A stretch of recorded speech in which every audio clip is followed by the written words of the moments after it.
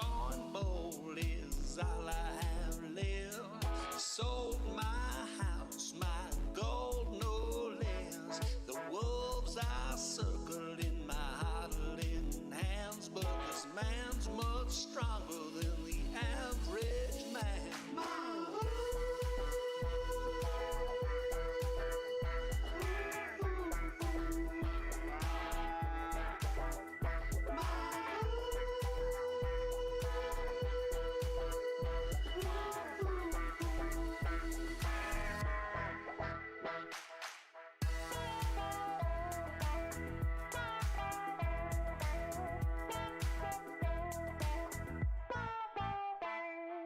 Today the market has taken another dip to restock, refuel this moonboy ship. My dreams may be futile, oh, this you say, while my Bitcoin bowl keeps charging away.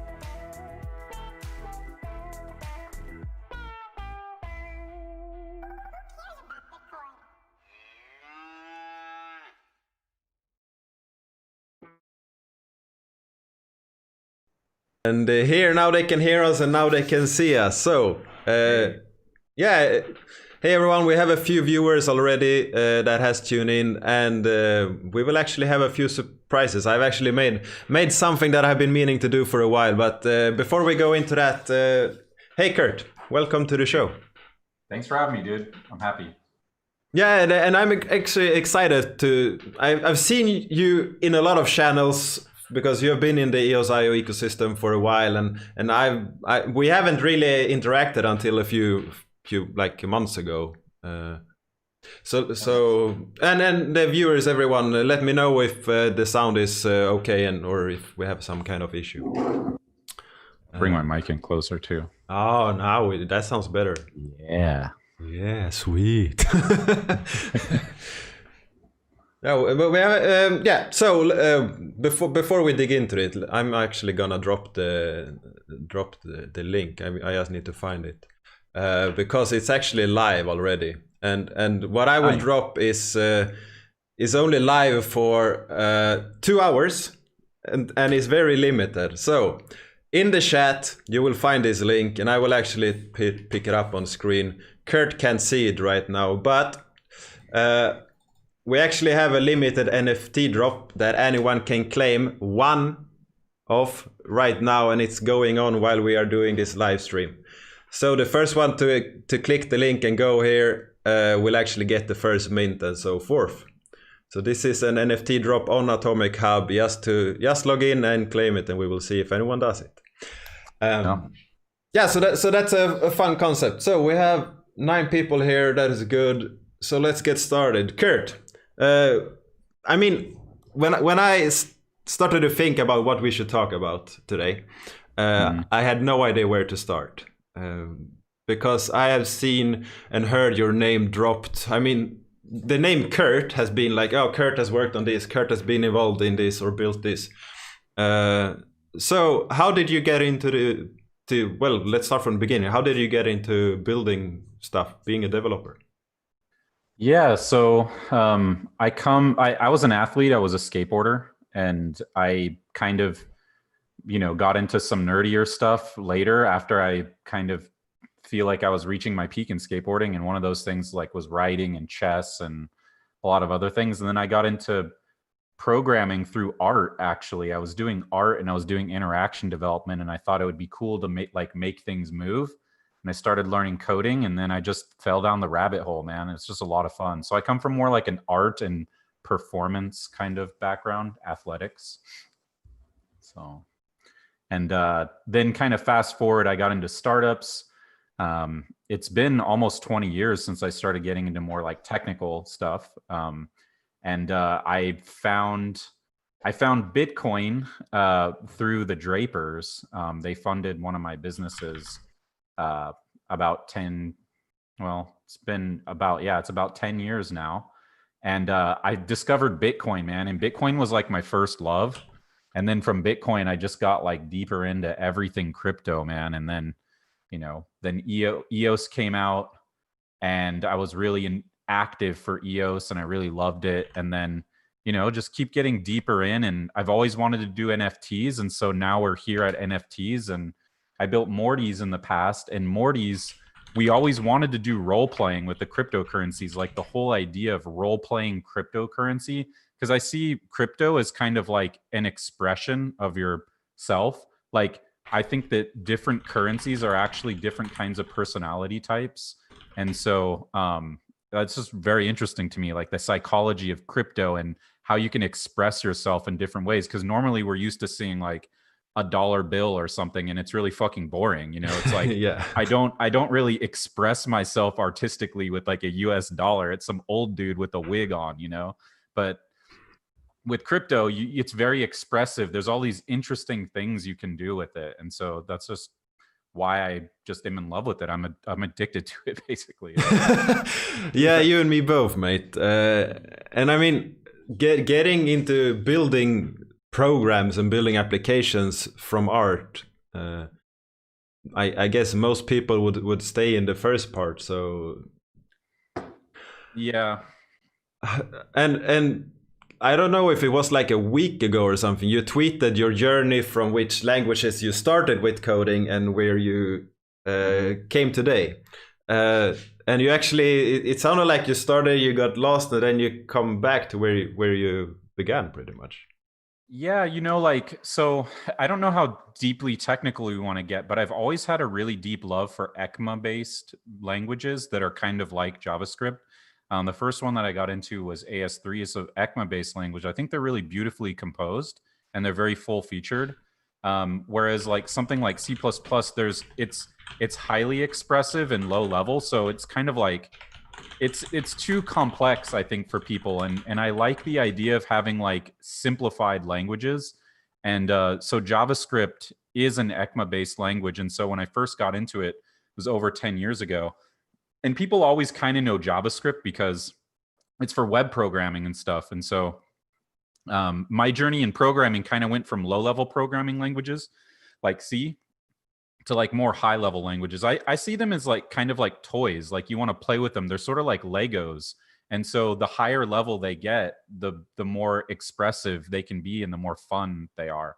And so a lot of the stuff that we build with NFTs and all this stuff, a lot of it's done in JavaScript and Node. Like you can build almost everything with it. So yeah, JavaScript is something that I've been meaning to get into. Actually, I'm not much of a developer myself. I started as a chef, and then I went into personal training and the sports psychology, and now I'm working with system administration. So if I code something, it's basically in Bash. Nice. Yeah, so that's and for you that don't know, that's basically just the terminal language. So if you open a terminal, which is just text, it's just a list of what you want to do in the terminal. I have a suggestion for you, actually. Like if you're doing Bash, what I would suggest is just moving into a JS file and then running a Node file just from Bash, because it kind of gives you a step into JavaScript. Actually, a lot of my NFT tools that I've built, I've written tens of thousands of lines of code for managing NFTs, and I build them all in Node locally, and I run them from Bash. So yeah. Like I put hearts for sale. I have a script, and dumps them all on for sale. So it's fun.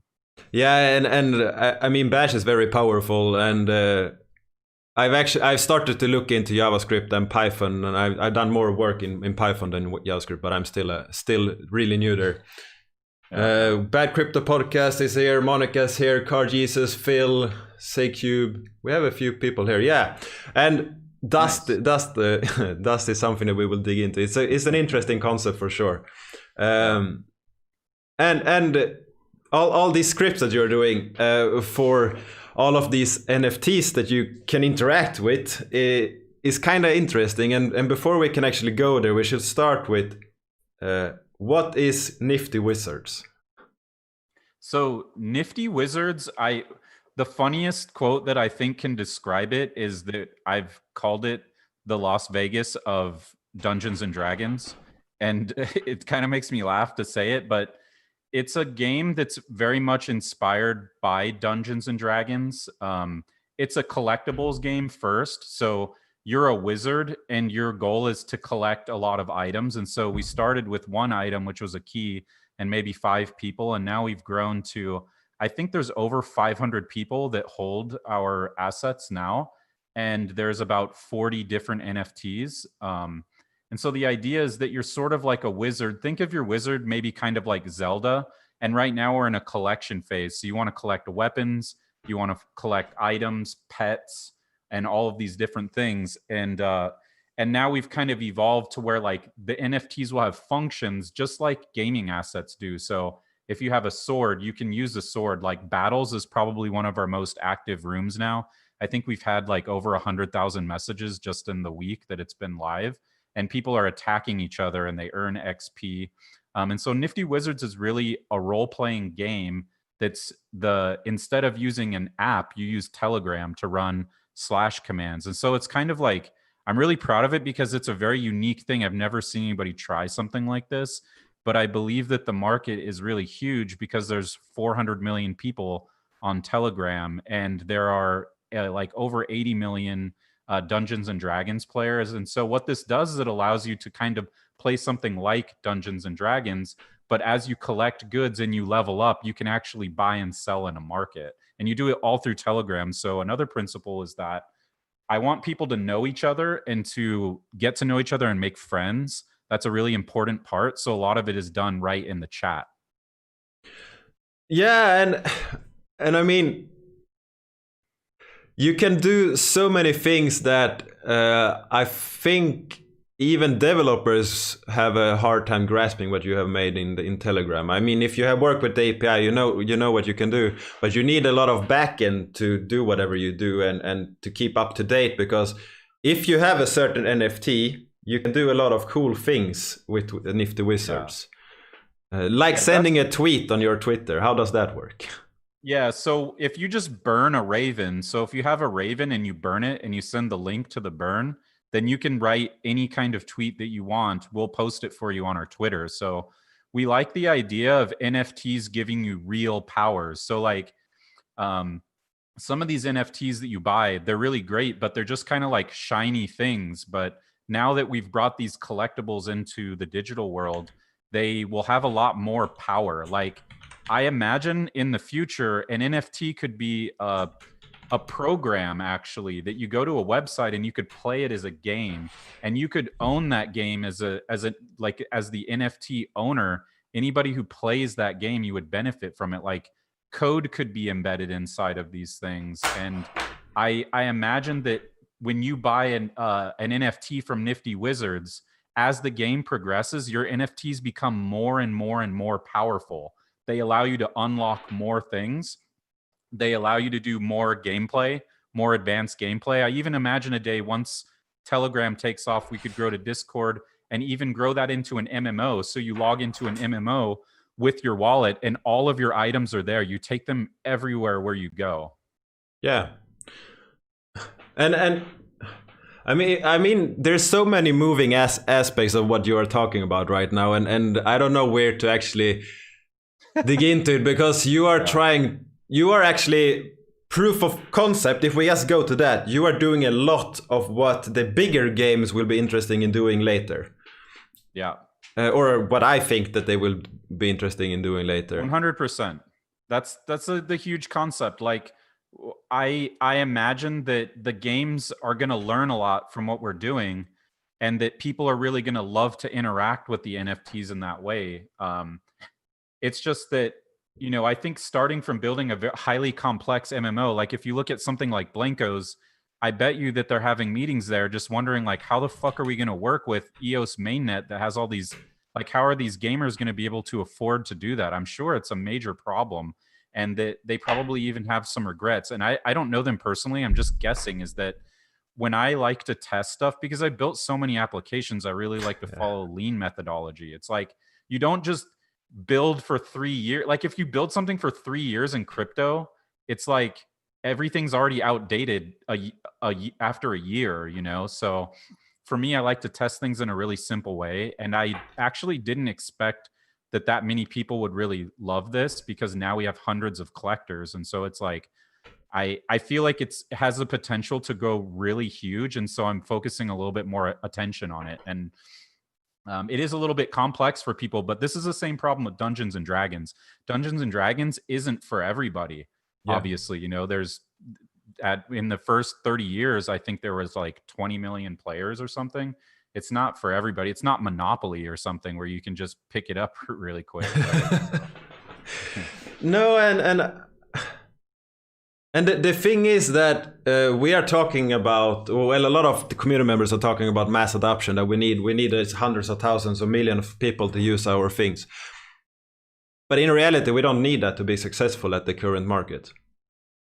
Yeah, I mean, finding little niches, like other apps I've built that have done very well in a huge market, like, I actually believe that you have to succeed in a niche before you can go to a bigger market. I think there are some exceptions, but if you don't have 100 people that are really passionate about this thing that you're doing, I just can't see how it would ever even grow that large. And there's too many problems here. Like, I think that, you know, mass adoption for Wax Cloud Wallet is going to be a little bit rough.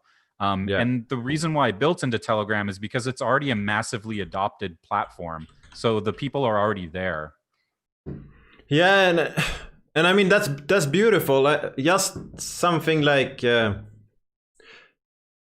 I own an asset, I can issue new assets with the Telegram command. Yeah. And if we take that into perspective, most people don't even know how to issue an asset, even though it's rather simple to do that, both on simple assets and on atomic assets. Yep.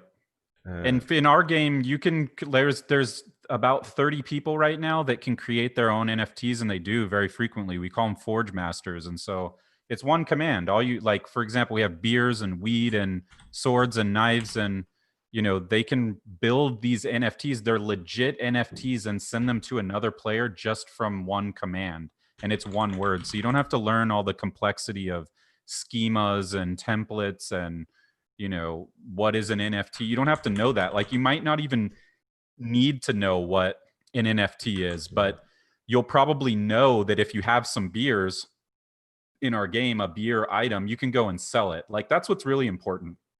People just want to know, like, do I own it and can I sell it? And I think that that's the important thing. They don't all want to be like full creators. And I don't think they should be. Yeah. I mean, if we take a game, you don't need to know how the game actually, the asset work or anything like that. All you need to know is that if you can actually make it happen.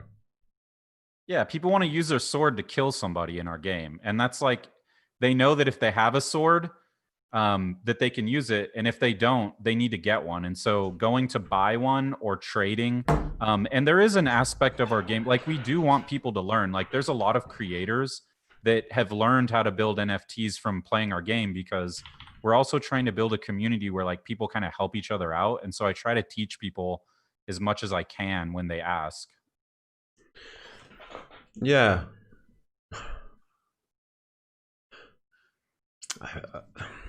I mean, if I take, like, what I want to do, for example, is every tool you have built is so easy to migrate to other things as well. Now we have this Nifty Wizard, but you could actually create an entire suite of things for content creators, for other type of games that want to use this.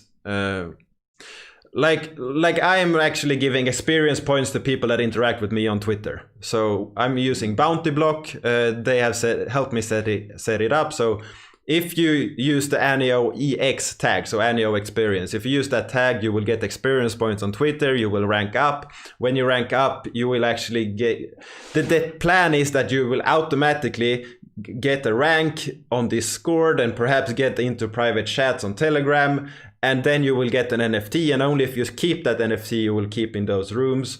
Otherwise, you will not be able to get into this room. So this is basically the exact same concept that you are doing, just that you have done it as a game where you interact. And I saw today that someone dropped into another chat, and I can see that they are actually playing Nifty Wizards, because the first thing they do is they write some kind of command with the sword and they try to attack someone else, but it was in the wrong chat. So yeah, no, that's kind of how I know things are working, because I see that people will go into chats and they'll be like, oh man, there's no dust in here, I'm out of here. Or they'll go into a chat and they'll try to attack somebody else with Telegram commands. And it's like, you can't do that, dude. You can't just attack people in random groups, you know.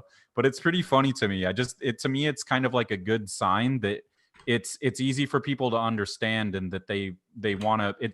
It's going to be. I think it's going to become a standard. Some of these concepts, like being able to ping your inventories of NFTs. And so we have the Collectibot, and the Collectibot I think will eventually grow to COGS and Blockchain Heroes and a lot of other things. Like Collectibot is exactly what you're talking about. I decided to decouple that from Wizards so that any NFT game or NFT collection can use that to, like, so collectors can bring that to different Telegram groups and show what they have. Because I used to actually play Pogs, and I know that a big part of Pogs is that you have your carrying case and you can show your Pogs off. It's always there when you're playing Pogs. You can always see somebody's Pog case. And I think that that's going to be really important for digital assets. And what we don't have right now is like the ability to always be showing them off. That's the weakness of digital assets right now, is that when I have physical assets, I can touch them and feel them and give them to another person. If it's like a fucking a Darth Vader, I can hand it to somebody and they can play with it. And I think we're still really early in digital assets, but you should be able to rent somebody else's and use it. Like we have dice, and people are talking about, can I rent my dice? Can I rent my dice while I'm asleep so that somebody else can use it? And the answer should be yes, right? And okay, so now we went into the next one. Before we go, I actually just fixed the NFT drop. Fabian had to make an update, and then I actually had to buy some RAM and everything, but it's done now. Right. And it's already free, has already been claimed. So 1, 2, 3 is gone. Nice. I can't see it, but I just didn't want there to be a conflict on the video and audio. So no, but it's good. It's good. And what is so you just mentioned dice, and dice is another concept. What is that, and where did it actually come from? Well, so dice is really just a Nifty Wizards game, because in Dungeons and Dragons and both in Wizard lore, like they have games of chance and dice and taverns. And so we created dice as a gameplay asset in Nifty Wizards. And there's a room where people can roll dice and they win dust and win other NFT assets. And so we have about, so some of the rooms are crazy busy. Like each day there's maybe 40,000 messages per day or more. And when we first started out, there was one room, and now we have about 50 rooms, and all 50 of the rooms, I would say 10 of them reach about 30 or 40,000 messages a day, and they're gameplay messages. These are people playing games. They're rolling dice. They're opening loot boxes. They're battling with each other. And we're going to expand all of those games, different things like that are match with wizard lore. So you could like pull swords. You could do sword in the stone. You pull a stone. You can battle monsters. You can battle monsters to get a piece of loot. You can do a battle royale. Like I believe that we will do the first battle royale ever in Telegram. And I feel very proud of that, because it's kind of a strange concept that makes me laugh. But we already have battles that's going on, and there's about 50 people battling now, but we're going to have a battle royale, sort of like Fortnite. I basically want to turn Telegram into Fortnite, but using commands. That's kind of what I'm trying to do. And it just makes me laugh, and that's why I want to do it. So Yeah, and that is actually something that has been missing from the blockchain space. Something that actually is just entertainment. Something that is fun. I mean, we have a few games, but really you do a command and you wait, and then you get excited because you get something, but then you wait. Here, there's no waiting because there's no way to follow everything that is happening. Yeah, for sure. And so DICE, really, the concept behind it was I wanted a way for people to mine some dust a little bit faster, and for enthusiasts of dust currency to kind of have access to it a little bit faster. Yeah, so, and now we have actually mentioned dust, and I mean, okay, let's start with, what is dust? So it's not what I have under my table right here, because I have not cleaned it. It's something else. Yeah, so dust is magic dust. That's the long name, but the kind of symbol for dust, cryptocurrency, it's a cryptocurrency on Wax blockchain. And it's actually something that a concept that I invented a long time ago called chat mining. And like, you have these different currencies and they all need to be mined in different ways. And you have to buy hardware and ASICs and all this bullshit that, like, it's not very accessible for people. And so I created this concept. I just thought, what is the most done action in the entire world? And if you look at all the top apps, the thing that people do most is send messages. It's the biggest action. It's probably what all human beings do the most out of any other single thing. They even send more messages than they breathe, probably, in some days. And so I just thought, because this is such a common thing, and I could be in, a small village in the middle of nowhere that doesn't even have roads, and I can have a phone and I can send a message. This means that mining through a message is accessible to the entire world. This is something that doesn't require complex hardware. And so what chat mining is that if you join a group that's dust enabled, you send a message and you earn some dust for that. And dust is a cryptocurrency. And then we have whoever enables the dust miner inside of their channel, they're a dust operator, and they also earn dust for every message that's sent to. And that's a chat mining invention. And you have to be on a blockchain that doesn't require too many resources. So this would never work on ETH.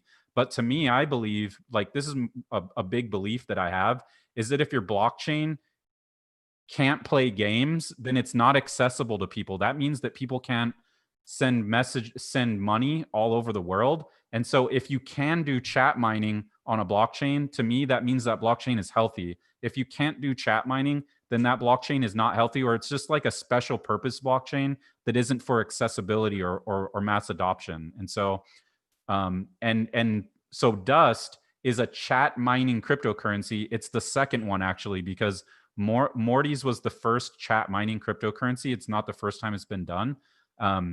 And also, so Dust really has two concepts: chat mining, which is you mine through messages. That could be Telegram, Discord, Slack, fucking iMessage, whatever you want. You could mine it anywhere. And then there's also the concept of gameplay mining, which is a game will say, hey, we really like Dust. We want to allow people to mine Dust in our game. So we give them an allocation in a pool of Dust, and they define very clearly which gameplay actions mine Dust for their players. And they set that up themselves. It's sort of like a proposal system. And so we're in phase one right now, where you can become a mine operator and you can mine the Dust through chat messages. The second phase will be through gameplay. And that is something I love, and that is something that Alien Worlds is looking at as well. That you will be able to mine Trillium and NFTs in multiple games. And since I'm a big gamer myself, that is something that is very interesting for me, because it's not, if you can mod the game, that is very simple to make it happen, because you have a server, you have a log, you can just read the log, and when the right command happens, you just issue some tokens and send them out. Yep. Technically, it's not that difficult to do. You just need to set it up. And And I mean, it's the same thing as we do now. We run producers for multiple EOS chains. We read the log. If we are missing blocks, if our node is down, we get notifications on multiple places. I have 2 phones. This one, if this screams at any time of the day, I need to pull up my laptop. I always have my laptop wherever I go. Kind of sucks sometimes when I always have a bag with me, but it's part of running the operation. Yeah, it's very similar. So our mine operators, I really kind of see them in a way as like block producers. And so we allow them to vote. If you're a mine operator, you can vote on initiatives. And we do the voting through Telegram. So I created this concept of a NFT SaaS product, which is you subscribe to a product or a chat room through the ownership of NFTs. And I'm pretty sure that Nifty Wizards is the first one to do an NFT requirement for membership to a room with the keys.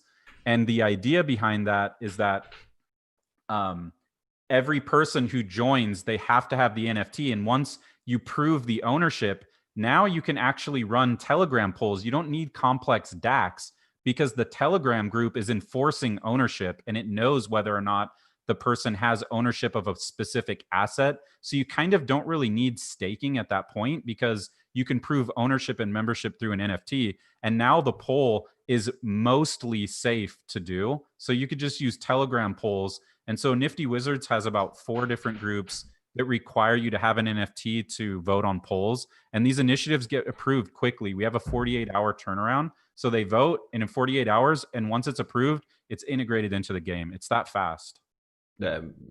It's mind-boggling for me. Because if we just back up, when did Nifty Wizard got announced? When did it get released? It's been a couple of months. I think it's maybe 2 or 3 months. I don't really know. So in 2 and 3 months, the first thing we got was a Telegram room. You got a key. You didn't know what the key was for. When you had the key, we have someone tell you, wow, okay, now you can come into this room and you get into that room. And then you got to... You perhaps got a workbench or something that you could actually start to mint NFTs or whatever. And from that place, I mean, the updates, it's very hard to just keep track. Even though I don't really interact with the game, I try to keep up to what is happening, the new things, and it's impossible. I mean, the speed of the updates is impressive. Yeah, I mean, like, I kind of just tell people that if it doesn't really work, like, because I know that, and it's sort of just this thing where I can stop and explain it to people. And I do often just tell people, no, I don't want to do a podcast or something like that. I just happen to actually really like yours a lot because I feel like we share the same enthusiasm for like NFTs, and that's important to me. And I also think that we need to do stuff like this to kind of explain things so people understand. But like, I like to build very fast, and the game is is kind of a fucking mess. Like, and I know that. And the thing is that, you know, eventually I think it will become more clear, and I'm really big on iterating. Like, I iterate. I listen to feedback. I listen to people hate on me or say that's stupid or whatever. Like, I've heard it thousands of times. Like, I've been building for such a long time. I'm so used to it. And then I just kind of listen, and then I make updates, and I do it quickly, and I really love doing it. So that's why it happens so fast. I always think of a very simple way to implement something. And now I have this whole framework for building games in Telegram and issuing NFTs that it's going to be exponentially growing faster because now I have more tools to do it. Yeah, and okay, if we stop here, because if we just go and check through a list what you have actually done for Wax or for the NFT space, we have Nifty Cap. And if you don't know what Nifty Cap is, right now it's on pause because it started with simple assets, but then you need to interact with atomic assets, and it has to change. But that's basically a website with a live feed of everything that is being sold. Yeah, I kind of consider it a coin market cap for NFTs. That's my goal for it, is to have not to have so much too many live things, even though it is live. I really want people to see pricing for all NFTs, and it's like sort of what coin market cap does. And I've built these kind of products many times in the past, and so that's kind of the goal with it. Yeah. And one question there, Evil Corp LLC, is that your actual No, it's just kind of a joke. Yeah, I figure. It would be kind of That'd fun be cool. though. Yeah, it would be If very I get fun. sued. I actually consider changing my last name to Brutal. Just because everything I do would be so much fun I have a kid, and if his last name was Brutal and he was like doing ballet or something, it would be so much fun. Like news articles and everything. But okay, so we have Nifty Cap, and then we have Wizards, and we have Dust and Dice, and all the small parts that are, well, yeah, we're starting a guild now. So we have a guild. I have block producer technology. I've built many block producers. So we have a guild that we're releasing. We wanted to build a wizard themed guild. So we're just about to launch that, and I'm pretty happy about that. That's something I want to talk to you about later. And then there's been quite a few things. I've actually tried to bring other products to Wax in the past, trying to kind of figure out, how to work with different blockchains, because each blockchain kind of has their strengths and weaknesses. And so I've thought about bringing Wax and Dust to Chirp as well, so that people can do social gameplay mining through social sites. And so that is something that I'm working on as well. Let's just stop there. What's Chirp? Chirp is like a social posting site with the goal that people earn cryptocurrency with everything that they do on the site. So the goal is to, like, if you post, it's kind of like Twitter. And that's the way I would compare it. A lot of people compare it to Twitter, maybe because it's called Chirp, but really what I see it is like a massively open Slack where you don't have to go from group to group. It's just a completely off the rails open version of Slack, but every action that you do inside of it exchanges some value. And that would be mostly cryptocurrency. So I want to integrate Bitcoin and Ethereum and every shitcoin on the planet. I want to integrate into it. And I just figured out how to do that, to integrate any token into it. And so I'm pretty excited about that. But for now, it has its own currency called coins, and it's a virtualized coin that I'm trying to decide which blockchain that will go to. Yeah, and okay, so are you the lead developer of Chirp, or how are you working with that?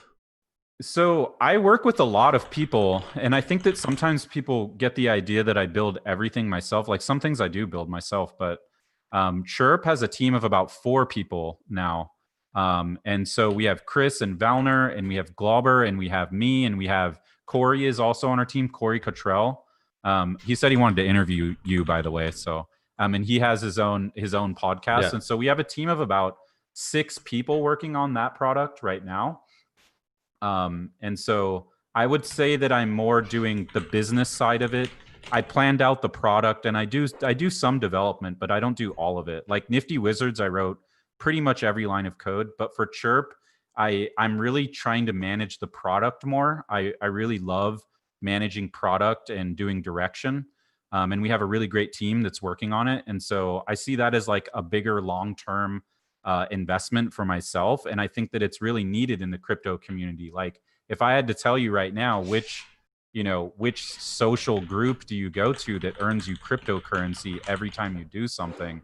Like there are a few that are out there, like maybe Voice, and that's very new. Like we launched long before Voice did on the Links chain. Yes. Yeah, so I saw it on Links very early stages, and actually it has been closed, so you have not been able to sign up until I think it's 3 days ago. Yeah, it's been about 3 days now.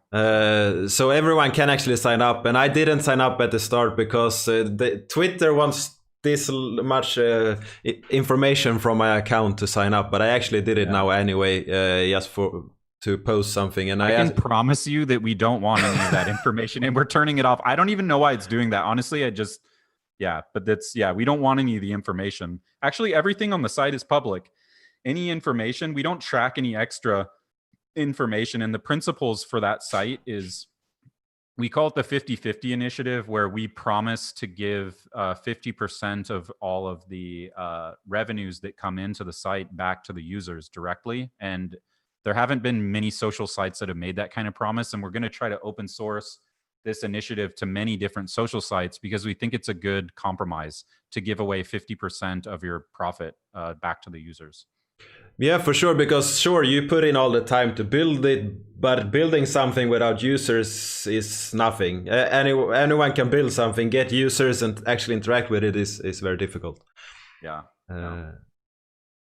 So when you're not doing Nifty Wizards and updates there, you're not building more with Dust, integrating with more. Like, I actually just mentioned to you that I would love to have Dust in my Discord channel, and the next day you were in the channel, and the next day you said, I pretty much got it to work, and that's a few weeks ago, and I have not even had time to actually look into it. But you just go and you make things in so short amount of time, and that is very impressive. Yeah, I feel like one of the things that I did, and the reason why it's like that, is because I also find it very interesting to figure out how you can do something simply, securely, and quickly.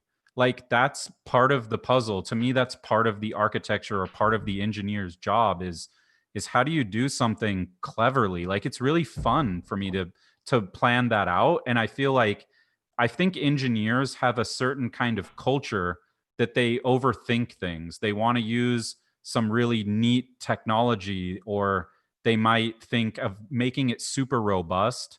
And that really drives me crazy. So like, I like to manage engineers and build kind of like the specs so that we can, like, I think that a good product manager should be able to accelerate engineering like by 10 times if they really think about launching in an iterative, phased kind of way. And that's like, honestly, I think that this is one of the skills that I focused most of my time on, is like, how do you solve this problem in a way that's like almost like magic? You know what I mean? Like that's really fun to me, you know? And as you say magic, I have a friend that keeps saying that he thinks everything with code is magic for him, and he's actually a design engineer. He's a clever guy. He has a very high IQ. He's working with CAD and drawing like how the electricity on large ships will actually go to. And so he's technical, he's knowledgeable, but programming is pure magic for him. Like me writing a script that take me like 10-20 minutes to write just a loop of some commands and send some actions on wax or whatever. That's magic. It's magic to me too. I feel like it's really programming when I think about it, because I actually don't consider myself a programmer, even though I've been programming for almost 20 years now, because like I come from a different world. Like the way that I view programming and computers was like the kids in school were like computer nerds for me. I just didn't understand it. And even like the Dungeons and Dragons player, now I'm building a Dungeons and Dragons like game, but that was such a strange thing for me when I was younger. I didn't understand. I was an athlete, you know, and so we kind of tend to think about it as like weird or nerdy or something like that. And programming, it still makes me feel like it is magic, like what you can do with it, like, and it's just so it's powerful, man. And when you learn how to use it, it kind of probably, like today I was reading this book, it's about Dungeons and Dragons, and they were saying programmers are today's wizards, basically. And I was like, that's kind of a cool way to think about it, you know? Yeah, and I totally agree, because the more I learn, the more things I understand that, for one, they're not as difficult to understand that you think they are. Mm-hmm. And two, you can do so many things you don't even need to know that much to do a lot of basic things that you think before is advanced. Like when you start to understand what an API is, and if you just look at what you can do on Telegram, sending a message on Telegram is literally just one line of code. You just add a message in the end of an HTTP address. That's basically what you do. It's very simple to do. You could just do it in your browser if you wanted to. Sure. And for someone that isn't coding to understand that, it's a lot of things that you need to grasp to just go to that place. Like the bridge video I put up not long ago, the NFT bridge. The concept is really simple. You have one chain, you have another chain. You just need something to read what happens on each chain in between. That's all that is needed for a bridge to work. They are stupid. They can't communicate. They need something in between, and that can be solved in many different ways, in better and worse ways. But all you need to do it just for basic info is just get the information with the bash script here and push it to information there. That could be done in bash, but there's a better way to do it.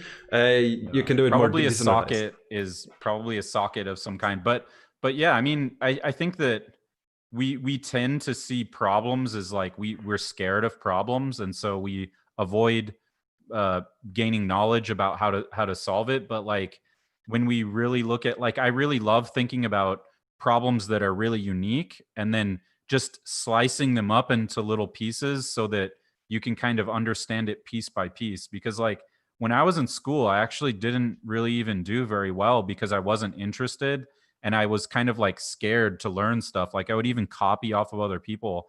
And then I just started realizing like the reason why I wasn't learning what I wanted to learn is because I was kind of scared. And so whenever I get new programmers, I've been teaching programmers actually to work on Nifty Wizards and different things. And I'm always coaching the programmers at my software business. And like one of the things I say is just like, ask stupid questions. And even though it seems obvious, like, because I always wanted to feel like I was smart. So I wouldn't ask really questions that I thought that were dumb. And I think I could have grown a lot more as a programmer if I did. And then just like trying shit and breaking shit and thinking really simply. And like, because when people come to programming, they often think like, wow, I want to build this massive fucking game, or I want to build like this social network that does all these things. But it's better just to build something that maybe writes one message in a telegram or something like that, just to start, you know? Yeah, because then you see that you actually made something happen. Yeah. And that is very powerful. Yep. I mean, what you can do with one, if you just take one course in any program language, one of the basic ones. I mean, Ivan on Tech has a bunch of courses, but there are also Udemy. There's a lot of free stuff on YouTube. He has a good EOSIO class actually, and I went through his whole class because I was super interested in. And, you know, there were so many people buying it, and I actually recommend it. They have an EOSIO class that teaches you all about like contract programming, and I thought it was great. Yeah. I've been thinking about going it myself. Just I mean, you never know everything. And when I talk to Eric, which is the CTO of Sweden, I never know anything. As soon as I think I understand something, he has counters with more information. I'm like, oh shit. But that is good because it helps me understand that a lot of the concepts that I think is difficult is actually not very difficult. And the more foundations you understand, the easier it will be to understand more. And that you as you said, you just dropped it here, but you run a business where you have developers and you build a lot of things. How do you actually manage to coach them and work with them and doing Nifty Wizards and doing everything else? Is that a part of your business? Is that something you do on the side, or how does it work? Yeah, it's all really related. And I think that it's kind of like, it's so related that it doesn't really feel much different for me. And part of what I've learned in the software business is like, I have to build relationships, because I used to just be engineering and I would just come and make my paycheck and leave, really. And I wasn't a super social guy before, but then I started realizing like a lot of the projects were doing really great because people were really good at business development. And so I've taught myself a lot over the last maybe 5 years or so about business development, like how to talk with big businesses and how to, you know, build proposals, or, you know, bring large brands to the table, stuff like this. And I really enjoy doing sales a lot. And I've even just went through a lot of like sales books. And so a lot of the things that I do is really about testing markets to see if this is an industry that I want to bring the software business into, because we've been very successful with working with crypto businesses, and not a lot of software businesses will actually work with crypto companies because they feel like it's too risky and the markets are volatile. And so often when I build stuff, I also know that there's an added benefit that I'll meet a lot of people who are running great businesses that I could work with, and we can build tools for them too. So it's not like a side hobby that's like because like I also sing, and like that doesn't help our software business at all. and so it's like so I don't sing as much. I mean, that's just frankly what it is. Like if I can see that there's synergy between all the things I'm doing, I can justify learning all about Wax blockchain, because maybe we want to bring some of our clients over to the Wax blockchain. So as long as it's related, it just kind of works pretty well for me. You say now that singing doesn't impact, but look what Michael Blue did with Uplift Art and minting all these music videos and everything. So he needs someone to code, and someone had to do that job, but that could have been you. But Dennis, a guy from the community, made that website and all the interactions together with the Pink Network guys, if I am correct. And we actually have a good question from the chat. He hasn't figured out Dust yet, so what is the best way to learn about it or get to know it? So very soon I will drop a technical paper I've been working on. It has about maybe 40 points or something about Dust and what it is and what chat mining is. Probably joining the Telegram and asking questions, or even hop in my DMs if you have questions. I'm happy to answer any kind of question. But people have a lot of questions about Dust, and at first it was kind of a crazy experiment, but now we have so many mine operators. I think we're going to reach 100 mine operators very soon, and this is very significant because these are hundreds of people. I believe that Dust transactions have exceeded 400,000 transactions. It may be the most active contract on Wax blockchain right now. I'm not sure. Maybe there's one that's more active. Maybe I think PGL might be, but like ours are financial transactions. They're not like this person did that. Like if I tracked everything that happened in DICE or something like that on the chain, it would be 10x more. But as far as just like sending the currency from one place to another, it's quite a few transactions right now. So yeah, and Dust came from nowhere. People started getting it. Those that were there the first days, they have a lot of Dust right now, but those that are active. And you have actually been able to start to trade them on Alcor, and you have been able to start to buy NFTs and things with them. Yep. Yeah, we're trying to integrate with as many places as we can. I know that there's some things that I can't really say, but I feel fairly confident somebody will have a full Dust market very soon, which is great because that means that we can trade NFTs and buy and sell them in Dust. And I think that'll be very significant. Actually, I think binding Dust to NFT sales is a really great use case. And I love that because like Dust solves a problem that is very hard to solve in cryptocurrency. And here it is.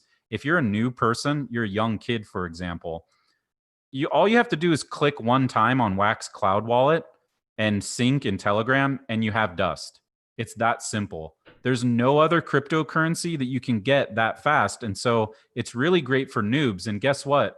If you do have mass adoption, most people are noobs. They're not, yes. They don't know shit about programming or blockchains.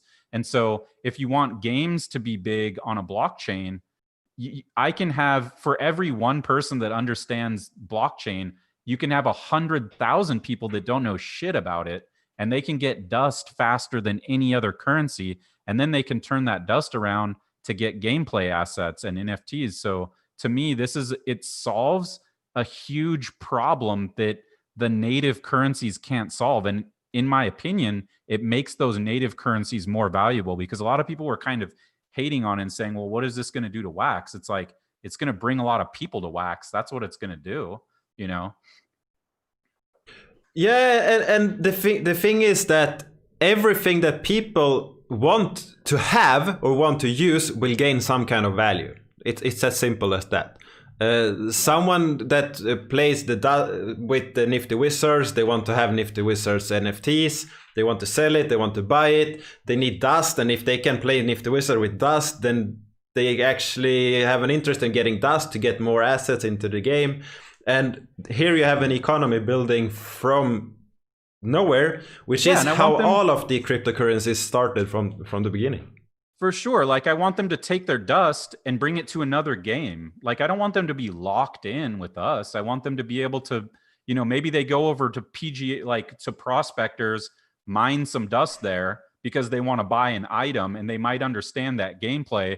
Then they can take that over to alien worlds and buy a fucking spaceship, and then take that, and then maybe, I don't know, maybe go flip it on the market for dust, and then go buy a cloak, or like, you know, I feel like that's what we need. Because if I play Apex Legends, for example, and let's say I get some sweet skin, and then I have some Apex coins, I can't go to World of Warcraft and do shit with it. You know, like there's nothing, you know? And so to me, and William Quigley actually talks about this a lot. And I feel like he's talking about utility tokens and how they work and stuff. And to me, Dust is a really great use case and proof that that's what people want to do, you know? Yeah, and if we take Alien Worlds as example, because that's another game that is coming, is very close to related how you can actually interact with it. They will have a few planets. If I'm not mistaken, it was 7 planets. Each planet is actually a DAC. So if you stake to it, you can actually be part of the governance. Then you get some Trillium tokens for the planet that is distributed to the holders that have staked to the planet, and you want to give them rewards. But this planet could actually, since it's self-governed, it could say that on this planet you also get dust. Or in this planet you can exchange, if you stake dust you can get more Trillium, or if you stake Trillium you can get more dust, or whatever. And this is totally possible. So what we should actually do, and this is a collusion before the game is even launched, we should all go to one planet and make it like the dust planet. Exactly. So dust came from a planet called Dune, which, right? Like, you know, the movie Dune? Yeah. So like actually the first miner I wanted to call Arrakis, because the planet that has spice is called Arrakis. So it's kind of like sci-fi. So like dust is actually inspired by a planet, Dune. So that's, and magic dust, like fairy dust or something like that. Yeah, and if we go to this idea, because I think it's actually fun when you build together projects, because it will bring users to Dust, it will bring users to Alien Worlds, it will build a bigger ecosystem, and this planet will probably get more users than the other ones, just based on that we have users using Dust and Nifty Wizards. And on Alien Worlds, you can buy land. You buy a pack, and some land are more valuable than others. You can have a fee, and you can actually connect, like, there will be mining operations where you pretty much go to a website, you start the mine that is based on time. You have these that are short the time if you are at your PC all day, or you have 8 hours, 12 hours, and probably will be more valuable to do the short ones, but you need to redo them. Yeah, I'm totally down, actually. Like, we're doing it with Upland right now. So we created this whole side plot of like Breaking Bad and like Dust Labs. So we wanted to turn the properties into Dust Labs. And so, and we wanted to sell these like, you know, chemistry sets. So they're kind of like secretly like meth labs. And then if you have that property and you bind a meth lab to your property, then you produce dust. But we kind of rolled back that idea because we thought maybe it's illegal. So we don't want to do it. But right now, there's a politician inside of Upland called Tonald Rump or Rump or something. And he's using dust now to like build like a mafia inside of Upland. So I think there's all these different side plots. And the thing is that all the people that are working on dust right now are very supportive of that. Like, I first created the currency because I thought Nifty Wizards needs the currency. Like, I found a real need for it. I can't, like, it allows you to like control something and distribute something that kind of feels like points or something, but that might have a value that's tradable, and that's a currency. That's a cryptocurrency, right? Yeah. And so it was really obvious. But then I thought, why do I want to keep this in my own game? I think this should be for every game, and it shouldn't be bound to what we're doing. And so our mission with Dust is anybody who has a game idea that wants to use Dust can just ask us, and we'll allocate Dust for them so that they can integrate it into gameplay. We want to do it for every game. We want everyone to be running mines, and it's not for one game, it's for every game. I mean, it's really interesting. I mean, let's take Endless Siege, the tower defense that is coming to Wax. It's a really basic tower defense on the browser, but it's actually, it looks good, it's fun, you can play it for a while, and they will have some kind of tournaments on the Wax, so they have already integrated the Wax Cloud Wallet, so you can actually log in and play it. right now the tournaments are not live, but you can stay. I think it's like 0.005 wax or something to play one round, so you can play it for basically nothing. It would be fun to just put in dust there as well, and you get some dust and you can play, or actually pay with dust. I don't know how they look at it. These guys are new into crypto. I don't know if they understand like the vision of what it can be by integrating with more things. I tried to get them, okay, when someone wins, the top players issue NFTs to them, and that was a new concept. It was difficult to understand, but for me that is the interesting thing. If you play every day, suddenly you have 10 first place NFTs, and that can be something fun to show off, or just to sell or whatever. Yeah, for sure. I love the idea that, like, the way that I feel like NFTs, for me anyways, the way I feel like they could work, because there's all these really unique things. Like, I'm dropping a clothing NFT like probably next week that's related to dust, because a mask. Yeah, that would be cool. No, it's a sweater actually. But so the idea, like the way that I imagine these NFTs is they're like these unique ownership assets, right? And so I like the way cults work and clubs work, and ranks and badges, like even militaries have like badges and stuff. And to me, that's a really important part. They're almost like classes or something like that. And so in a game, I feel like a game should be completely powered by NFTs. So like one of my favorite games is Zelda. Like I've played all of the Zeldas, and it's been in my family for 4 generations now.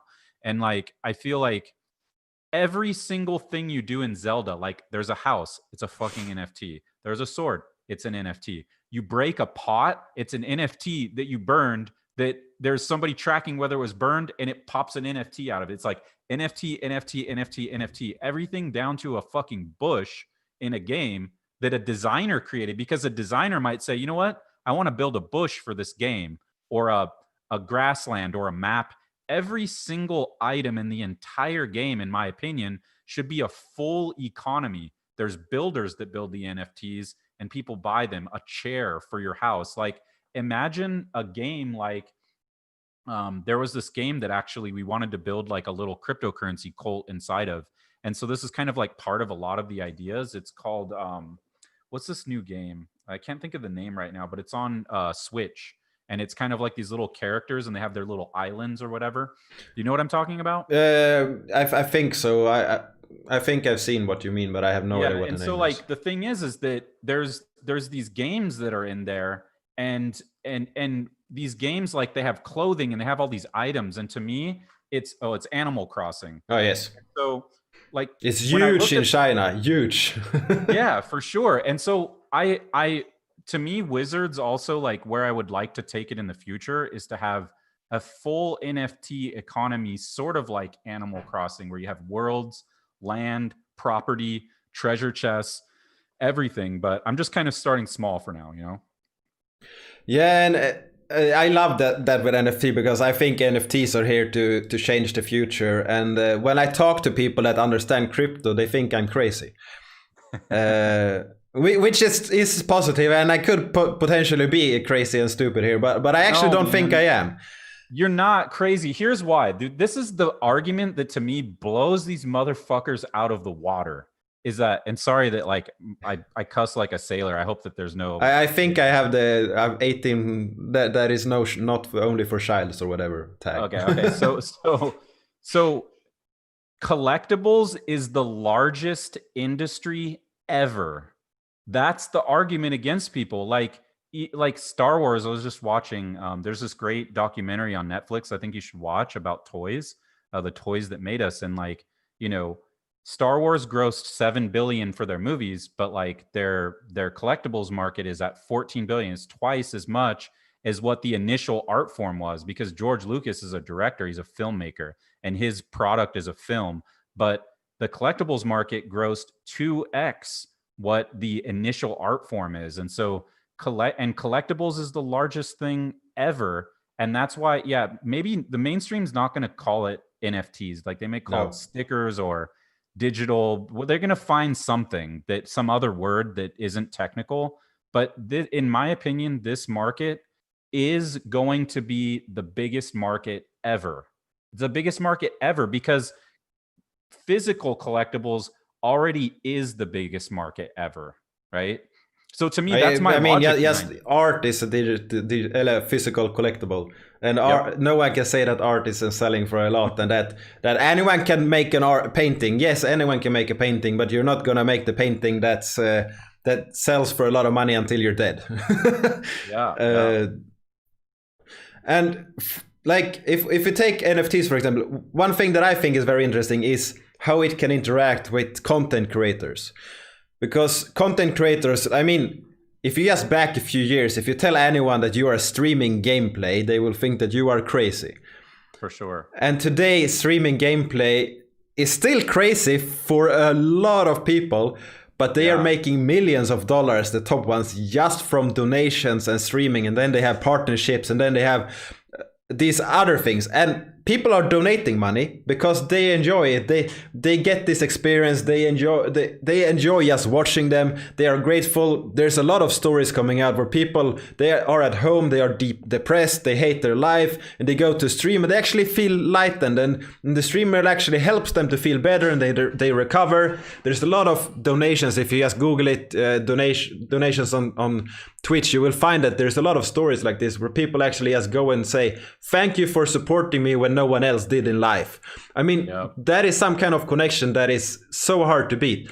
And people are subscribing and getting like an emoji or getting the right to chat or something like that. But they get nothing in return. And everyone should just get an NFT. And it's as simple as that. Just issue an NFT whenever someone subscribes. 100%. Like, you know, so this is kind of an interesting like trivia about my life, is that I had a very popular live stream in China about 5 years ago. And I kind of saw it all unfold because like I went to school in China and I was very interested in live streaming because it was something that wasn't happening here in the way that it was in China. And I got deeply involved in it. And I would run a live stream for 2 hours every day from where I was doing my development. And one of the things that and also another product called Meerkat. If you remember Meerkat, it was a wildly popular, it's one of my favorite products ever. I still think it's fucking next level what they were doing, Meerkat. And what it is that people will be live streaming. And if you're a viewer, you buy these stickers, okay? And what happens is that you buy this sticker from the live streamer, the sticker gets plastered, like it might be a bus sticker. And the sticker pops up on the screen and it might like even have an animation and it fucking takes over the whole screen and it's like a party, you know what I mean? But that money for that sticker went to the streamer. So it's really like kind of, you're not just giving them money, you're buying these stickers. So you get the sticker and the streamer gets the money. And in my opinion, this thing could be brought to a live stream. And I saw it working so well in China. It worked across 5 different streaming networks. And so when you buy that NFT, the NFT pops up on the page and it does this whole party thing. And the streamer makes money from that. And I think that there's a lot to that. Like if you're streaming, like for example, if I wanted to do it with Nifty Wizards, I can be like, hey guys, you know, we're doing this on Nifty Wizards or whatever. And then I could just start offering stuff. And when somebody buys it, I can listen to that and show it on the live stream, like this guy bought this or whatever. Yeah. And we have been doing this thing that I think you would be very interested in, and maybe you could get involved with it because I think you'd frankly be better at it than us. But we do dust auctions live now, and we film the chat live, and people are very interested in it. Like we don't get a lot of traction, but what we do is we throw an NFT. It's like QVC. We throw an NFT into a Telegram, and then people start bidding on it in dust. And we live stream the Telegram chat and we commentate it like it's a fucking sports game. Dude, I think you would love this actually. I would love to have you do it with us one day. And we do it every Wednesday now. And we get, you know, we don't get a lot of like we get like 200 views. Like it's not a big deal. But like, I think that that's going to be a thing where you sell items live and people do it and interact with it live and buy it live. I think that that's going to be a really big deal. I would actually love to be involved with that. I find like I'm so enthusiastic with all of these NFTs that are coming. I mean, I even designed this one behind me, and there's 2 of them. One is in my closet there, and that is going as an NFT 1-to-1. There will never be 2, there will never be more, and that will be auctioned out on Wax. Whoever buys it can just keep it as an NFT or redeem it for the one I have at home. Yeah, I have to be honest with you, man. When I saw your graphics, I was like, man, this guy looks scary, because I hadn't seen you like your person. I saw this like purple hoodie. I was like, dude, this guy looks like a criminal. Yeah. You know what I mean? I was kind of like, okay, I don't know if I want to deal with it, because like, I don't know if you've noticed, man, but like in the NFT space, there's kind of a lot of crazy people that are like cause a lot of drama. Like, we don't need to mention any names. I'm sure we all know who they are. But it's like, so it's kind of like you gotta decide who you want to deal with and who you don't want. The funny thing is that character is straight out of PUBG. So that is how I look when I play PUBG. I have just edited out, and I have changed colors, and I've done a few things with it. I added the wax medallion and removed the face, but the mask, the hoodie, everything, it's and the pants, everything I have is straight out of PUBG.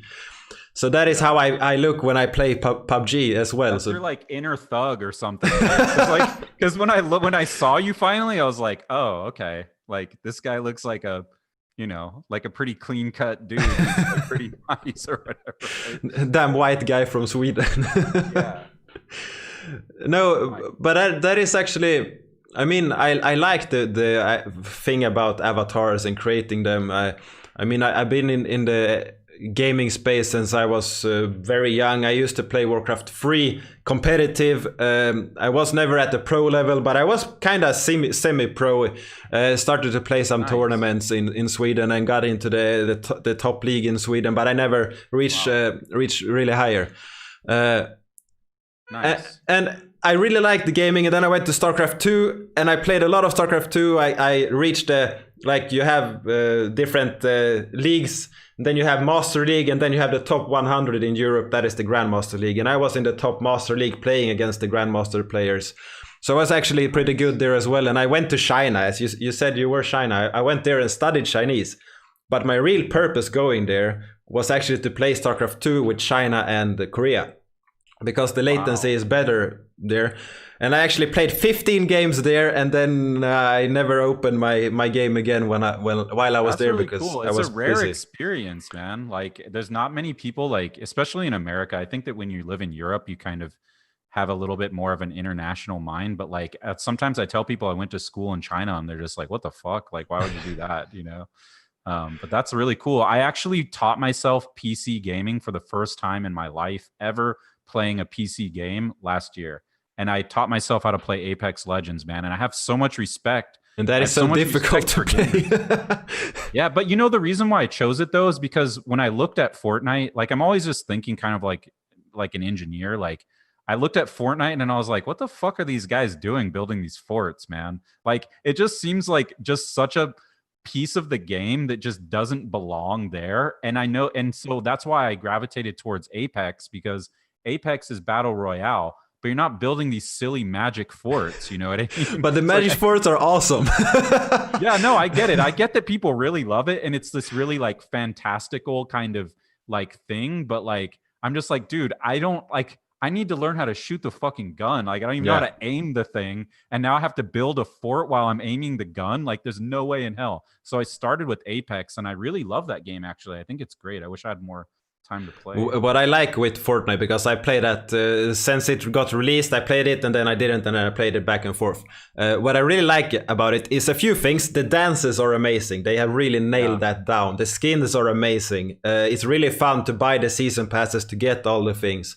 And then you earn your tokens, or you earn your digital currency, and then you can buy the next season pass for free, which I have done. So I think I have 7 or 8 season passes so far, with the first one that I bought for Fiat. And nice. And if you are good at Fortnite, if you learn how to build, no noob can ever defeat you. Yeah. I mean, okay, someone can snipe you from very far away from the back, but that is unlikely compared to PUBG or compared to Call of Duty or Apex or something. You can get sniped from the back easier in those kind of games. Yeah, for sure. And I like strategy a lot. Like, I played chess for a few years, and I played competitive chess. And like strategy games that have really simple strategy, I really love it. And I just felt like the Fortnite strategy seemed a little too complex for me. So so I was just like, and I played other games. Like I really enjoy, I'm not a gamer, but like I really enjoyed Skyrim. And so actually a lot of the Wizard stuff, like, cause I've never built a game and I didn't even really play games. So this is kind of a stupid, crazy idea for me to be working on. But like, I'm kind of like learning all these interesting things, man. Like I'm learning about how Dungeons and Dragons players were discriminated against.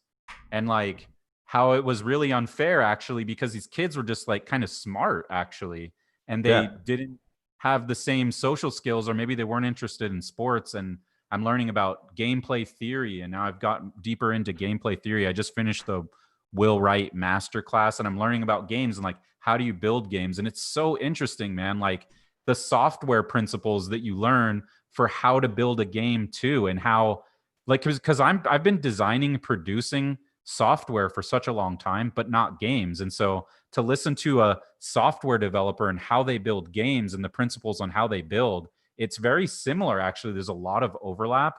And so I've been really enjoying learning about game theory. It's so deep, but also it can be very simple. Like one concept that I would share with people is that, you know, you can build a very complex game out of very simple rule sets. And so they have this kind of graph theory or like network theory where they say, if all you do is just draw one line from one node to another, you can build these actually super complex worlds. And so like Zelda, for example, you know, like what does Zelda do? Like he fucking stabs and he pulls something and then, you know, he does like 4 things, literally. Like he just does 4 things. And there's like, it's not super complex. And these guys are writing it for like whatever, like 8-bit systems or 16-bit systems. And it's not complex, but yet you have a whole world that you built with such complexity and narratives and storylines. And so like when I build stuff, I try to think about it in that way. And that's how gamers do it too. They build very simple things. They build prototypes, and it's just the rabbit hole is so deep on games. Yeah, it is. And I mean, people love the AAA games, but there are a lot of other games that are very fun to interact with and play. And I mean, if we just take Pokemon for Game Boy, for example, that game is very simple, and that game would be beautiful as an NFT game. Yeah. I mean, just make that as Nifty Wizards. The graphics is, sure, you need someone that can actually design a game to make the graphics and everything. But it's not like creating PUBG or creating Fortnite or Apex. It's the level of skills, the time, the resources needed is way less, especially with all the tools that exist today. For sure. Like that's one of the things that Will Wright, he's the creator of Sims, he was talking about. He said that the biggest thing that he couldn't predict in games, I thought this was super interesting, is he was saying that he couldn't predict that very simple, small games would be as popular as they are today. And I think that that's a really unique insight. And so definitely, like, I think that maybe one of these weekends I might build a mobile application that's a simple game for Wizards, because I see Wizards actually as an API for a Wizard narrative. There could be a PlayStation game or a mobile game. Like it's a whole brand to me. So like Telegram is the way that I'm building the platform, but I could build a mobile game on top of the same thing. So that's kind of like how I'm thinking about building. Yeah, and if we take Nifty Wizards for example, I mean, if you go to a wizard world, you have just take Hogwarts for example, the Harry Potter world. There's a lot of schools. The schools are different. They are different cultures. They are different ways of interacting. You have different tournaments. That is a separate game. Yep. It's kind of easy to get how this is actually something that can evolve. And if you take some simple game that reached a crazy amount of interaction, like Candy Crush, how simple is that game? You just flip a few things and it's played by everyone. Everyone plays it, and if they earn something that they could bring to another place, they don't even need to understand it. They just play this game, and then they say, oh, you can also play this other game, and what you have earned here can actually be used there. And they don't even need to understand that there's a cryptocurrency, a blockchain. They just need to know there is an ecosystem that they can interact with. Yeah, and I think that we'll get there. Like eventually you could take a Nifty Wizards sword and that sword will actually be interpreted by alien worlds as like a laser gun or something, right? And there shouldn't like because what it really is it's a class of a weapon. So like Yeah. if somebody, if a aliens world guy wants to come over to Wizards, I should translate all of those things like, like his laser gun and his bunker on the planet would be a castle in Wizards and a sword or something. You know what I mean? And a sword Like, wouldn't be would obviously be a lightsaber. a lightsaber or something. Yeah. Yeah. And so, but for sure, Harry Potter actually is a big inspiration for me. I wasn't interested in it when it came out, but as a grown ass man, like I've become very interested in it because I really do believe what your friend said, that coding is magic. And I do believe that eventually we'll be playing like a game that's like Harry Potter in the real world in AR or something like. Yeah. And I think that, I'm okay with the violence with video games, but I always thought it's kind of strange that we're so gun obsessed with a lot of these things. And I always thought it would be really neat to have a game like Apex Legends where instead of like this murdering, gun slinger, right? You might be a wizard that does magic, because all they really are first person shooters. It doesn't really matter what it is. And there are some games that are like that, like where they're not violent, but I think that the best second option to guns is magic. And Skyrim has a lot of magic weapons and they're really fun to use, using fire magic, and they're really deadly actually. And so Yeah. I always imagined an MMO. I just don't have the capabilities. Like I would maybe pitch this idea to somebody else, but I've learned as a developer that you don't build shit that is just too overwhelming. And I'm not equipped to build an MMO, but I will build one eventually. Like if this game gets enough funding, or if we build, because we're actually starting to make some money. And so I think that if we make enough money, I would parlay some of that money into building an MMO like Light Knight. I thought was very interesting. And I think, but I wish they were on wax. And I think that if I could go leverage some other software that I might be able to reskin, that would be ideal to start with. But it's magic, not guns, Yeah, and I've said it in a few shows before. I played a game called Ark Survival Evolved. That game, you wake up naked on the beach or in a forest, and you start to hit trees. You get some resources. You build a tool. You can hit and get cooler resources, more Kinda resources. like Minecraft, huh? Yeah, but it gets a lot more cooler, because what you actually do is you continue to farm, and then you engage dinosaurs in the game. So there's T-Rexes, there's raptors, there's small dinos that attack you, and in the beginning, everything kills you. You just go and you're dead. Everything. You build a small hut in thatch, which is just like grass, like dried grass, if anyone doesn't follow. So and that can be eaten by any big dino. So any big dino just destroys that. And then you can tame dinos, and you can ride them, and you can fight against other dinos and fight against other players. And then you build a big base, and you put up turrets, and the turrets can shoot the players and dinos. And suddenly you have this huge game that when you start, everything is scary, everything is dangerous. Then in the end, you fly around on dragons and fight other people. That, actually, I think that's really cool. There's this game that I played a little bit recently, and some of the guys I work with, they're playing it like crazy. It's called Last Oasis. Have you heard of that? Yeah. Yeah, they're like really addicted to it, man. Like everything from theory. And so like a lot of the guys, what a lot of the programmers do is they always try to find ways to like cheat the games. Like we were some of the first guys to be like running bots on our Pokemon accounts, like we kind of have a different way of like playing the games. Like some of these developers are so funny. Like I've heard really funny stories. Like some developers will join the company that's making the game just so they can read the maps so they can play the game. It's super hilarious. Man, that is awesome. And actually, this Ark Survival Evolved, I pitched that for Alien Worlds, and it's 100% moddable. So if Alien Worlds kick off, they will interact, so you can mine Trillium and mine NFTs in Ark, and then you can actually tame dinosaurs, and you get NFTs, and then you can trade NFTs, and suddenly you can start to play in this virtual world because the servers on Ark is up 24/7, and you can get raided, and if they kill you, you lose everything. So yeah, that kind of reminds me of Last Oasis. I think. Last Oasis is the same kind of game. It's what Ark took it and made it huge, and then there's a few games that came after it. Maybe I have. Is that game kind of old? Like, it's been around for a while. I mean, 2015, I think. So five years old. And why it came to mind right now is because you say that there's the Wizard game.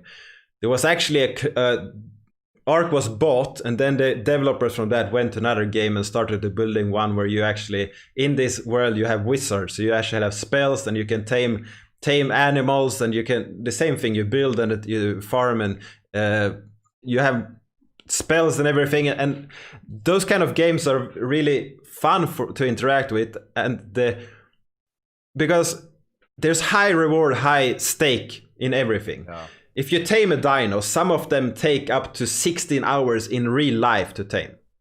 And you need to feed it, and if something hits it, the taming efficiency goes down, so it's a worse tame. So if you're there for 12 hours and someone pokes it, your tame is now worth less, and you get really mad. And when you have tamed it and you have leveled it up, and if someone kills that is not fun. Yeah, for sure. No, I the only game that I know that's kind of like that is Last Oasis, and these guys are always talking about that. They're like, fuck, we got all this loot, and like we built these crazy vehicles, and then somebody came and jacked all of it, Yeah, and I mean, one of the raids we did, we ran 3 servers. So they first they were separate ones, and then they open up so you can travel between servers and things like that. And there's 100 of them. And we were the Alpha Tribe, was it called. So we defeated a lot of different teams to get it. One team we fought for 3 days. We started on Friday, and we were done wiping them on Sunday. So that's a free full day weekend of just fighting, and I lost hundreds of dinos in that fight. But it's so fun because if you lose that, everything you have is gone. If you lose all your dinos and all your resources, and they go and attack you, you're done. You start over from zero. And when you wipe them, that's fun. It reminds me of this book I read recently, well, maybe like a couple years back now, but it's by this game theorist, Jane McGonigal. It's a book called Reality is Broken. And they said that they did these fMRI scans on gamers while they were playing games to like scan their brains. And they basically figured out this one thing. They said that what is the most interesting part of every game? And they kind of like quantified it by doing these fMRI scans. And they said the moment when you die in a game or you lose is the most enjoyable part of a video game.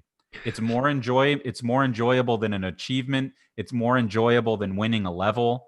When you die or you get killed or you get fucking wrecked, you lose all your dinos. They say that that's when your mind experiences the most pleasure. And I think that it's like if you can't lose in your game, then no one's going to love to play it. No, I get bored. I can't do it. I can't deal with it. I have to have some, if I make a mistake, I need to be punished. And I mean, the team that we fought for 3 days, there was, if I recall correctly, there was 5 people that had major hours. They had all over 2,000 hours in the game on that map, on that server. So that's over 10,000 hours that we wiped, and they have nothing to gain from it afterwards.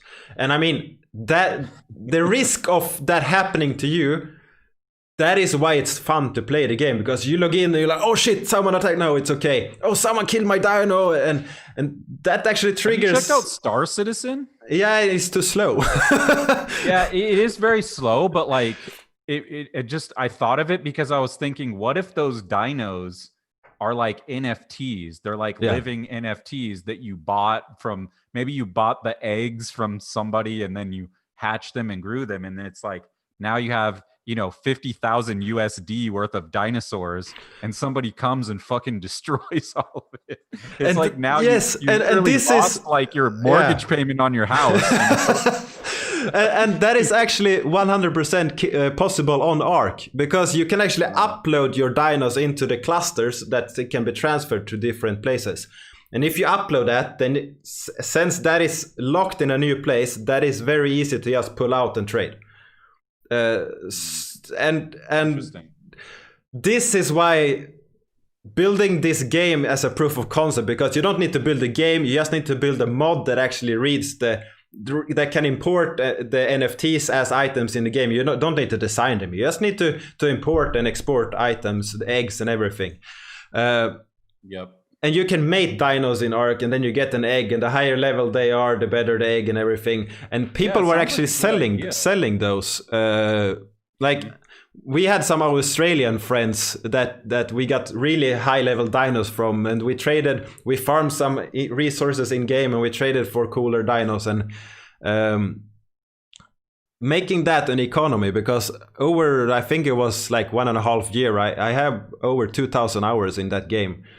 That's a lot of hours in low time. Like, that's the way I would describe what you do, actually, is that like you're kind of engaging in future economies. That's kind of the way that I think about it, because I think eventually, you know, someone's going to have like some role. That's why I love RPG, because I just imagine the future, and what I see is that people are like, you know, I'm a blacksmith in a fucking medieval world like Game of Thrones, and I smith swords for people. Like, that might be my main job in my whole life, doing that. And I think that it's kind of starting to happen now. And so in a way, building games and narratives and stories is the future of commerce, because NFTs are assets, but NFTs need to be infused with like lore. Like, they have stories inside of them. Otherwise, they're like these inanimate objects that have no value. But if they have lore and function, and the function comes from like story making and narratives, right? So to me, like, that's the future.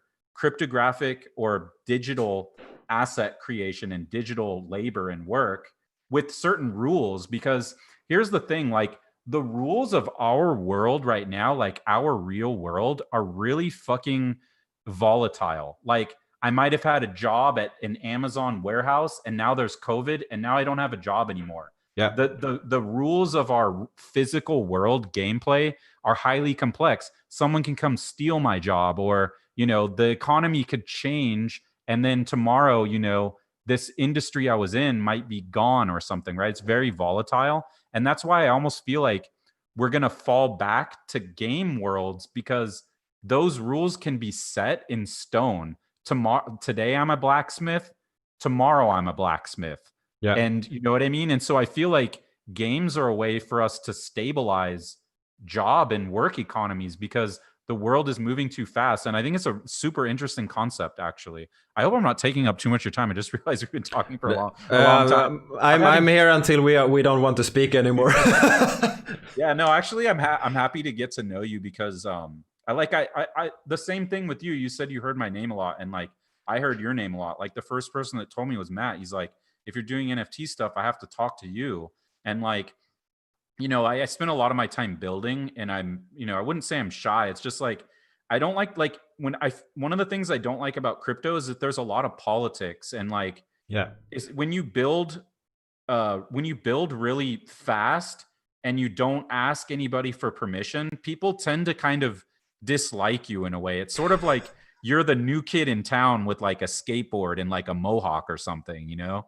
It's like, people are like, who the fuck is this guy? And then maybe when you get to know me, like, you'll realize like I'm just a person, and I'm just trying to like build cool stuff. But I kind of get that vibe from crypto guys. Like, I built Dust, and everyone's like, you know what? Fuck that. Like, I don't like Dust, because Dust is not wax, and wax, you know, it's like, and because I don't like to deal with that kind of stuff generally, I just kind of lurk in the background, you know what I mean? And people don't like that I am so open, and this is so exciting. I mean, I'm excited about everything right now, and that is what I think is so fun. Because everything except Ethereum, right? Because I actually tried Uniswap for the first time yesterday, and my experience, I mean, it cost me $100 just to use it. Yeah. Because the first transaction cost $25 and it was rejected. I mean, so I got my tokens back minus the mining fee, and that for me means that okay, Ethereum, if I'm okay with paying the fee, I can use it, but I failed, my transaction failed, and I still have to pay for it. And yeah, I think that like when Ethereum came out, I thought it was kind of cool. I thought it's a very novel technology. And I was building some crypto stuff during that time, and I was like, you know, this is very interesting, like smart contracts, like because they're really just like business logic, and I love the idea of immortal applications too. And there's not a lot of immortal apps out there really, but I love the idea that you could even anonymously deploy a contract to a blockchain where it would live and nobody can take it down, and then people can even interact with that anonymously. And I think that anonymity is the future too. I think that people are going to want to try new things, and they don't want that to be associated with their personality. It's not just illegal things, it's more of just like new things that you know, are exciting, but maybe you're an executive at Fidelity and you don't want people to know that you're fucking around with some DeFi stuff or something like that, right? And but the thing that there's one thing that I don't really understand about Ethereum right now is why don't people fork Ethereum and just build a low fee version of Ethereum? I really don't understand that. And like maybe there's some reason why, but like the fees are too fucking high, dude. They're way too it is, high. and I've actually talked to that with a few different people, that it would be fun to just launch an EOSIO chain with every contract that is on Ethereum, every token balance is exactly the same as a snapshot, and then just allow people to start to use it. So you just sign an action on Ethereum, and then you get your private key for your account on that chain, and you have the same amount of Ethereum, and it's the same chain, and that would be Ethereum 2.0, and it will be done in with Michael Yates from EOS DAC and Eric and Igor from EOS Rio. It will be done in, I don't know, 5 days perhaps. That sounds really interesting, because like, I mean, I don't think that that's really what they were going for. And I feel like, you know, I feel like the Ethereum guys are a little bit delusional in a way, because it's supposed to be like this open access thing. But if you have these high fees, and then people are like, well, the fees will go down, but it's like they're going up because people are using it. Yeah. And so that's what we want. We want people to always be using it. We want people to use it more than what they're using it now. And so those fees, to me, I in my opinion, I feel like they're going to be really damning for Ethereum. And it's kind of a shame, because I really love Solidity. I think Solidity is a better contract programming language than C++ from an interfacing point of view, maybe not from a technical point of view, but like I believe that Solidity is really a very beautiful, logical, simple language. And I would love to write, actually what I thought would be pretty cool is to bring a Solidity-like language to EOSIO, like something, and I know that they've considered using Rust or something like that, but have you looked into Syed's solution to run contracts on EOS? I'm aware of it, but I don't understand it fully. I haven't looked into it very deeply. But to me, I like, really the way that I view it is, maybe that's interesting for some people, but we have our own contract language that's useful for people to migrate. It would be pretty awesome, but like, I think my worry with it is that it's sort of like you're a restaurant you don't like serving a food that you like. Like people on Ethereum, they don't care about EOS. So it's not like, I just don't understand how they're going to migrate over and really enjoy that and then be wrapped into it. I would love to see it though. Like, don't get me wrong. And I think that Syed is a genius, honestly. And I really like the guy, actually. I don't really understand. Like, I even asked a question. I said, who is using this technology and for what? And I couldn't really get clear answers about it. But in my opinion, when you wrap Ethereum, I don't know what the incentive for going to EOS mainnet is anyways. There's not a lot, actually. And I think that it's pretty damning what's going on there. And I was an enthusiast, man. I was there before the chain launched and everything like that. But like, in my opinion, Ethereum has traction that and a framework and a programming language and Solidity contracts in a way that I think is really cool. And I feel like they're at risk for someone just forking and building maybe instead of these weird addresses. Like to me, in a perfect world, we'd have something like EOS, but with Solidity contracts. That's super fucking fast. Should I say that you can do that on Tron? Well, yeah, I don't know, man. I'm just not a big. I don't like Tron. I feel like they don't have very much integrity. Like I tried to give it a chance before. Have you seen that clip with Justin Sun? I shared it yesterday. I laughed when I saw it. That he actually is in a bar, so he's probably had a few drinks or not, and he's get the question: is Tron a legit coin or a shit coin? He says it's a shit coin. Everyone should buy it. I did see that. And I think that is very, very funny. And actually, what is funny is that I actually bought some Tron yesterday when it had pumped, and it continued to pump, and I sold most of it for a nice profit. So, and I actually bought Tron a long time ago. But that's something else. And we actually have a few people that think it's very interesting that we start to talk about these questions. And I had a fun question. When you started to talk about languages for smart contract, he drops, is Java a good language to design smart contracts? Whoa, this is a very complex question, but like I actually like Java. I think that Java is very bloated. It has a lot of features, but if we're just talking about the syntax and maybe like a subset, I think it does make sense. I think it would. I think it's a beautifully put together language. It kind of feels a little bit like C++, but it's more simple. Like C++ has a lot of problems, like and we've actually seen these problems become a big problem. Like one of the things that C++ doesn't do very well is like manage like buffer overflows and manage memory. And one of the things that Java does is it does manage memory, but there's an expense for that. So if we wanted to do like a high throughput smart contract language or blockchain, probably this is where Java might break down. But if we talk about the syntax, if there was a lighter version, maybe I could see that working. And the fact that I think that memory management, it allows you to hack contracts a lot more easily.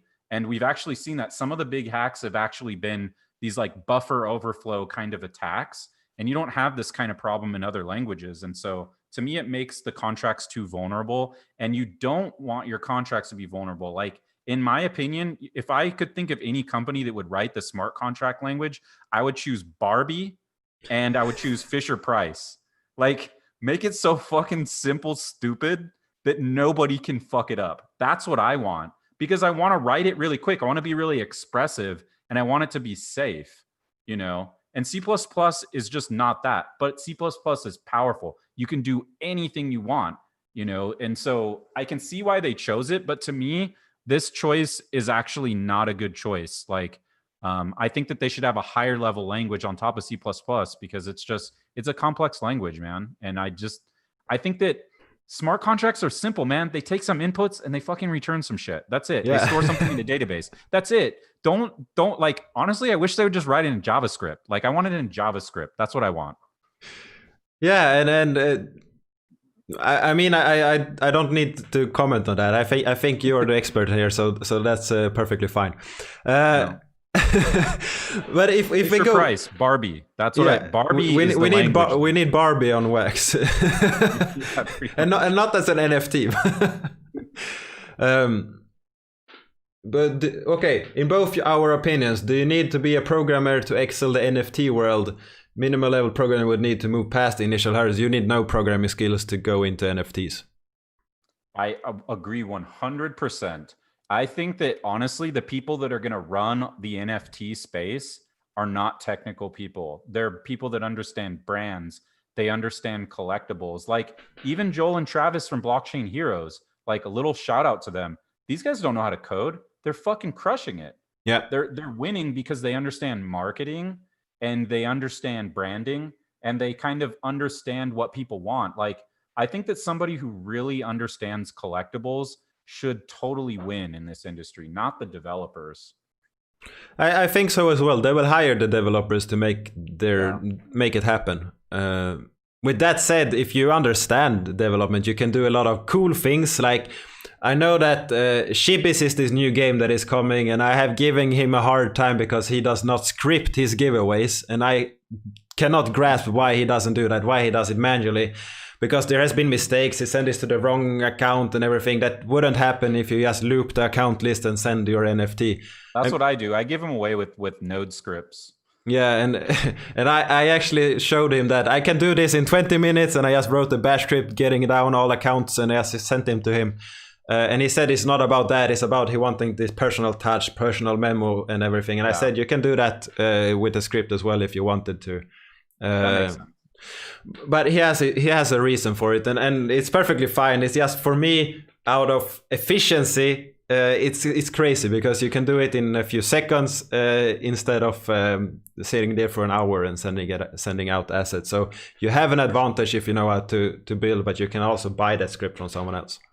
Yeah, for sure. Like I think that I probably have a little bit of an advantage with NFTs just because I do understand how to code, and I think that eventually, like, what I really would like to do is work out what concepts I think are really hot, because like we have this concept of smart NFTs, and I think that it's a really beautiful way to think about it, because in my opinion, the NFTs should be these little self-contained programmed universes that respond to environments. Like, they're really like organisms, really. And so you have these, like, we're like in the amoeba stage of what they do, when eventually the NFTs should be highly complex. Like, they might even have a blockchain inside of them with contracts that do certain things. Like, they should be able to respond to the environment and be highly mutable, right? Yeah.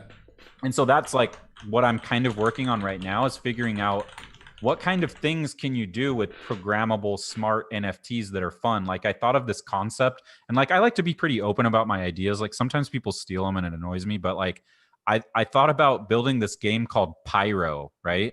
So it's like, there's a kid who's like a pyromaniac, right? Like, he just loves to set shit on fire. And all he does is acquire items and he tries to like set them on fire. But like, because I was thinking, how can we do unique burns, right? Because we can burn this stuff. And I thought, well, alchemy is one thing, burning a group of assets to create a new item. And that's what people are kind of doing right now. But alchemy is kind of in line with that. But I also thought of this like little kid.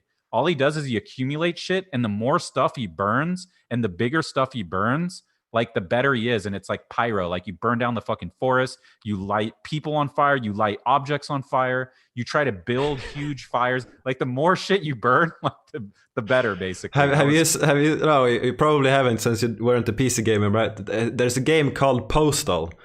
They actually made a movie as well, and that game, I mean, it is as crazy as you can. I wouldn't be able to play that game on YouTube. I don't think it's allowed to stream. Basically, you can do everything that a crazy person would want to do in the real world, but you do it in the game. So you can go around and pee on people, you can throw gasoline on them, turn them on fire, you pick up cats, put them on top of your weapons, and they are silencers for the weapons. I mean, that game is just out of this world, and this pyro guy I feel like he would fit in that world. They just go around and put things on fire. Actually, this is a really good point, man. Like, what I really believe is that because we're using blockchains, things like this are more possible, because you have less middlemen involved. Like, because we have skulls in Nifty Wizards, and then, you know, people are battling, and then they start making up these commands, and so someone was like, you need to have skull fucking in the game. And I was like, really? Like, what? But then I started thinking, like, if I introduce this very controversial feature, like, because, like, you know, it involves sexual content and death, I just thought, because this is part of gaming culture, in my opinion. Gamers love this controversial stuff, and part of the reason why we play games is because we can get involved in a rule set that isn't part of our world, so it makes us feel more free, even if we're doing stupid shit like skull fucking, right? And so someone kept asking, they asked for this feature. It's a feature request in my game. And so I thought, well, if I start introducing stuff like this, is Wax gonna retweet my tweets? Is Wax gonna support my Wax Labs proposal? Is, you know, can I stream this on Twitch? And you have to think about this kind of stuff. And this is the reason why I like blockchain, because yeah, maybe I won't get a retweet and maybe Twitch won't let me stream this, but nobody can shut my game down, no matter how bad it is, really. But this is actually something that people need to understand, that these brands that are being brought onto Wax, because we are getting cool brands and they are working with more cool brands, they perhaps don't want to be associated with the Postal, as an example, that game, or you don't want your Disney princess to be listed next to some NFT that contains like some Death Lords, or some not for safe, not for work and everything. They don't want them to be listed next to each other on the same marketplace, but that will happen. And there need to be filters to work around that. Like Waxstash is this great marketplace that is being, I mean, it's very super user friendly. It's the best one because you go there, you don't need to ask where something is. It's on the left panel and the top. I wish I could say it. I can't say it, man. Related to what you're talking about, and I'm fucking excited about it, dude. Super excited. And there's, I mean, the marketplaces right now, you need to search for wherever things are, and they should be in front. You shouldn't be needing to ask the question. You should just look, oh, there it is. And someone actually asked what an NFT is, and that is a non-fungible token. So the difference, if we just take a dollar bill, $1 bill, they can be exchanged. They are the same thing. An NFT, they would be two completely different things. So that would be two cars. I mean, it's the same brand, the same car, but they would be different because one would have been perhaps used more. One would be a little crack, or someone has scratched it. It would not be the same one. They cannot be changed one to one. They would have a different value.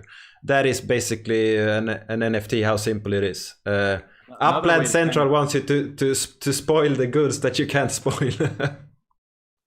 Yeah, no, I just like, I shouldn't say, just because I want to respect the other person. We don't have an NDA or anything like that, but like, it's related to dust and related to markets, and it's gonna be fucking good.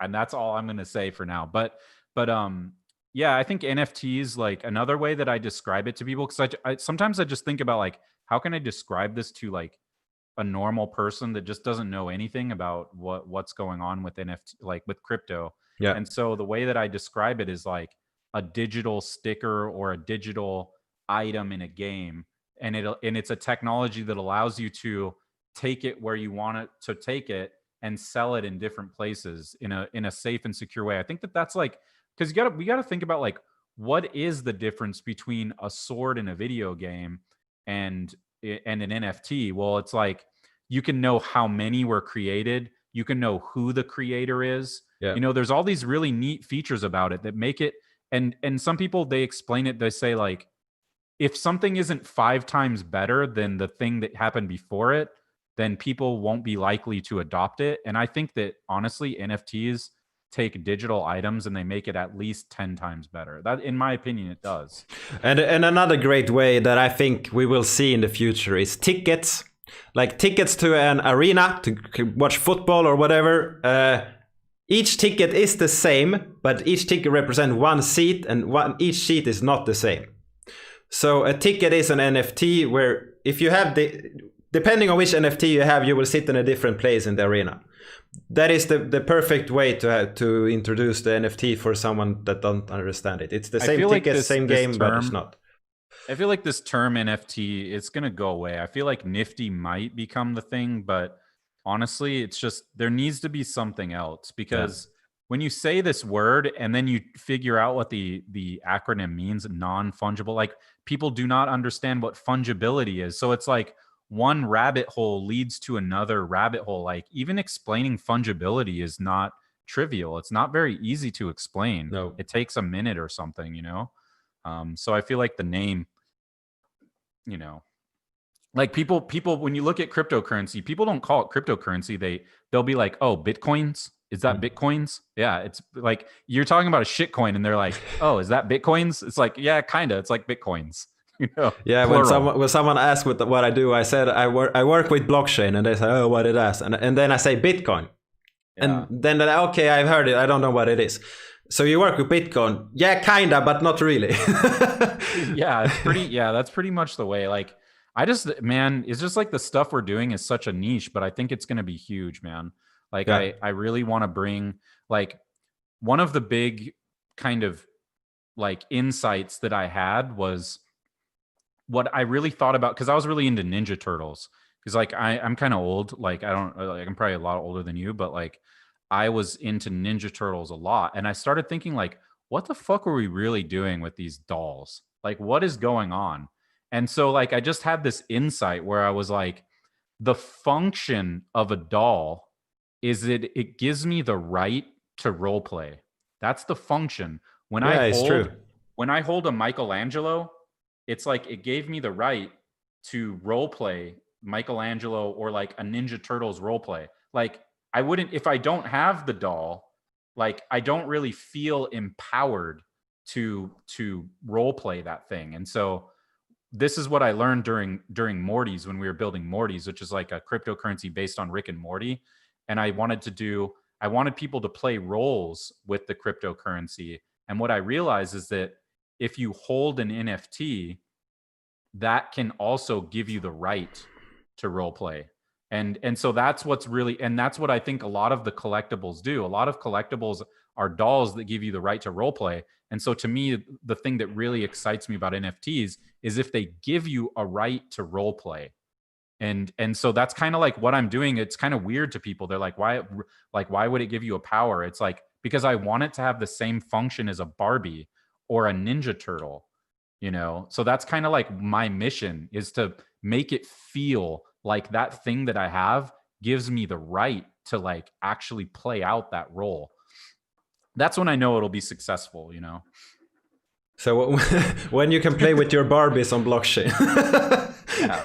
Maybe we should just make a Barbie knockoff, dude. I don't even know if there would be anything against that, honestly. Yeah, I have no idea. I'm the IP world is so distant for me.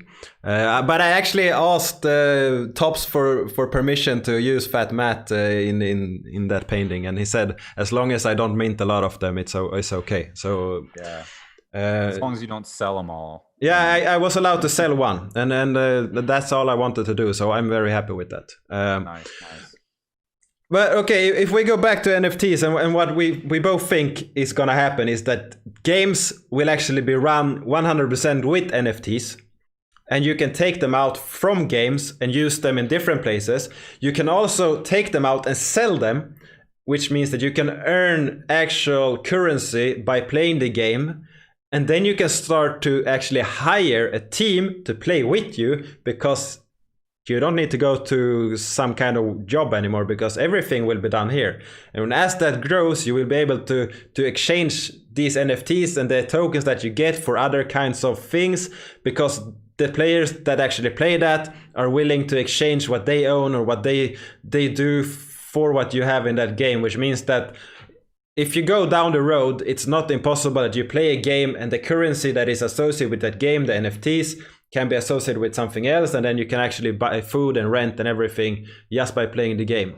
100%, dude. I agree. I believe all of that. Actually, like, maybe I just jump in there on this food one. The other day, I was kind of like half asleep, and I had this little imagination, because I invent a lot of things when I'm half asleep for some reason. It's just like my mind gets very clear, and I just start making concepts while I'm sleeping. And so I had this dream, right? It was like half awake, half asleep, where there's a couple, like one girlfriend is in a different country and the boyfriend is in a different country, right? Just imagine this, man. You might get it, and I don't know, maybe it's a crazy idea, but like I imagined that the girlfriend was hungry, right? So she used something like Uber Eats, right? And she bought, like, she made an order, right? And she bought like 2 hamburgers and like 2 Cokes or whatever, right? Yeah. And then she got NFTs, and the delivery is going to come to her house or whatever, right? But then she took that hamburger and that Coke and she sent it to her boyfriend, right? And then her boyfriend was hungry at that time, and he just like clicked on the NFT, and then the NFT was like connected with his Uber, and then and then that now his hamburger in his country is being delivered to his house, and his Coca-Cola is being delivered to his house, and his girlfriend has a burger and a Coke delivered to her house, and they're eating a meal together. Like, imagine if you tried to do this with the current technology. Like, I know it sounds a little bit weird, but it's almost like the Jetsons, where like I'm on the other side of the world, and I created and built and bought and purchased a meal for both of us, and we're going to eat together. Like, how would you do that without this technology? Like, and that really is like exciting to me, because you think about like, you want to use the Jetsons, where like you press a button and the food arrives or whatever, right? So it's like one step closer to like the Jetsons or something. You know what I mean? Yeah, and I mean, a store needs some way. I mean, any store needs a way to prove that you actually bought what you bought, and you need to redeem it to get whatever you did. You get a receipt. A receipt could be an NFT, and so everything like this is possible. All you need is the connection between the two stores that are okay with doing it in the same way, and hopefully they are equally fast to delivering at the same time and everything. Yeah, no, logistically it's a fucking nightmare. I get that, but like it's a possible experience where like, what if I wanted to buy some socks for somebody or something? Like, it could be anything. It's like there's something with gift giving that I think is fundamentally broken, and I feel like for example, we're going to launch these sweaters that are NFTs, okay? And so I'm probably going to launch them like next week. And so what I'm going to do is I'm going to go to Atomic Hub. I'm going to create, probably like maybe 20 sweaters, and they're like these dust logos. I'll show them to you. I'll send you one if you really want one. And so the idea is that I first launch the NFT as an apparel with like a nice product shot. It's an NFT. And if you buy it and burn it, the sweater will arrive. You'll be able, you just order it by buying it. So I can do a pre-order where people will buy the clothing, and then they could either buy it and just keep trading it if they want, right? Yeah. But it's backed by physical goods. So I really love the idea of NFTs being backed by physical goods, like guns, me too, for example. Like, I really love 3D printed guns, and I'm sorry if this is a controversial topic for people, because a lot of, like, I just talked about how it should be magic and not guns, but basically, imagine you could buy a really unique gun that's a sticker, and then maybe you just want to trade it, which might be illegal to trade arms, right? Probably. But like, probably, but just imagine that I can then just send that NFT into a wallet, and there's a 3D printer that's plugged into JavaScript somewhere. Yeah. And it prints my gun and sends it to me. And it doesn't have to be a gun. I just thought of that because it seems kind of radical, but like, it could be a fucking coffee mug or something. Yeah, for me, the perfect example for that is Kickstarter. But yeah, when you actually, so Kickstarter, if you don't know, you pay a certain money, then you get a different level. The different levels gives you different perks. But you have to wait until they deliver something, if they deliver it, to actually be able to get something back. But what you should get is that whatever you get as an NFT, and you can trade it instantly, and you can receive. And if that hyped up after it's sold out, you can probably make money selling it before it actually launched. And those that make the Kickstarter and everything, they will actually get some offer fees and whatever. So they will actually get more revenue going up by people trading it in the secondhand market. Yeah, 100%. That is great. It's the future, man. Like, I was just thinking abstractly the other day, and I think we're getting pretty philosophical sometimes, but like, if you think about it, NFTs is like you're buying something in the future, because like I could buy shoes that are an NFT today, and maybe the shoes don't even exist yet. And then now I hold the shoes, and like, if you look at marketing, a lot of people will talk about how really great companies, they sell like a feeling, like some gyms will sell a membership that make people feel like they're in shape, and they don't even go to the fucking gym, you know? And like that. And so I feel like NFTs can do that. It's almost like I bought the shoes, and I can hold them in my like NFT wallet, and I feel like I have the shoes, but the shoes don't exist. And maybe I'll hold it, it'll make me feel good for a while, and then I just sell them again to somebody else who will never have that item. What they hold is the potential that the future I might have them, and the fact that I already feel the future of owning that thing means I don't even have to own it. It's like an alternate universe where I own that thing, because the potential that I could have that thing is a click of a button away, and I own it. So it's like, I think it's super interesting, man. It's like almost sci-fi in a way, right? Yeah, it is. But the funny thing is, it's very basic. It is. It's basic. But all it is that it's an NFT you need to prove the offer, and you need to have a timestamp. Yep. If you have that, that's all you need. So you need to prove ownership, of course. So you need to prove that the offer is correct, that the timestamp is what it says it is, and then that whoever owns it. And if you can do that, it enables a lot of things that was not possible before, because everything digital can be scanned. Yeah. And this could be scanned by providing a different API or hacking the data while it's going and whatever. Yeah, there's some edge cases maybe, but like if you think about it too, it's fractional reserve apparel, fractional reserve goods, because there's going to be all these people that will own this shoe NFT, but that company never had to produce the good.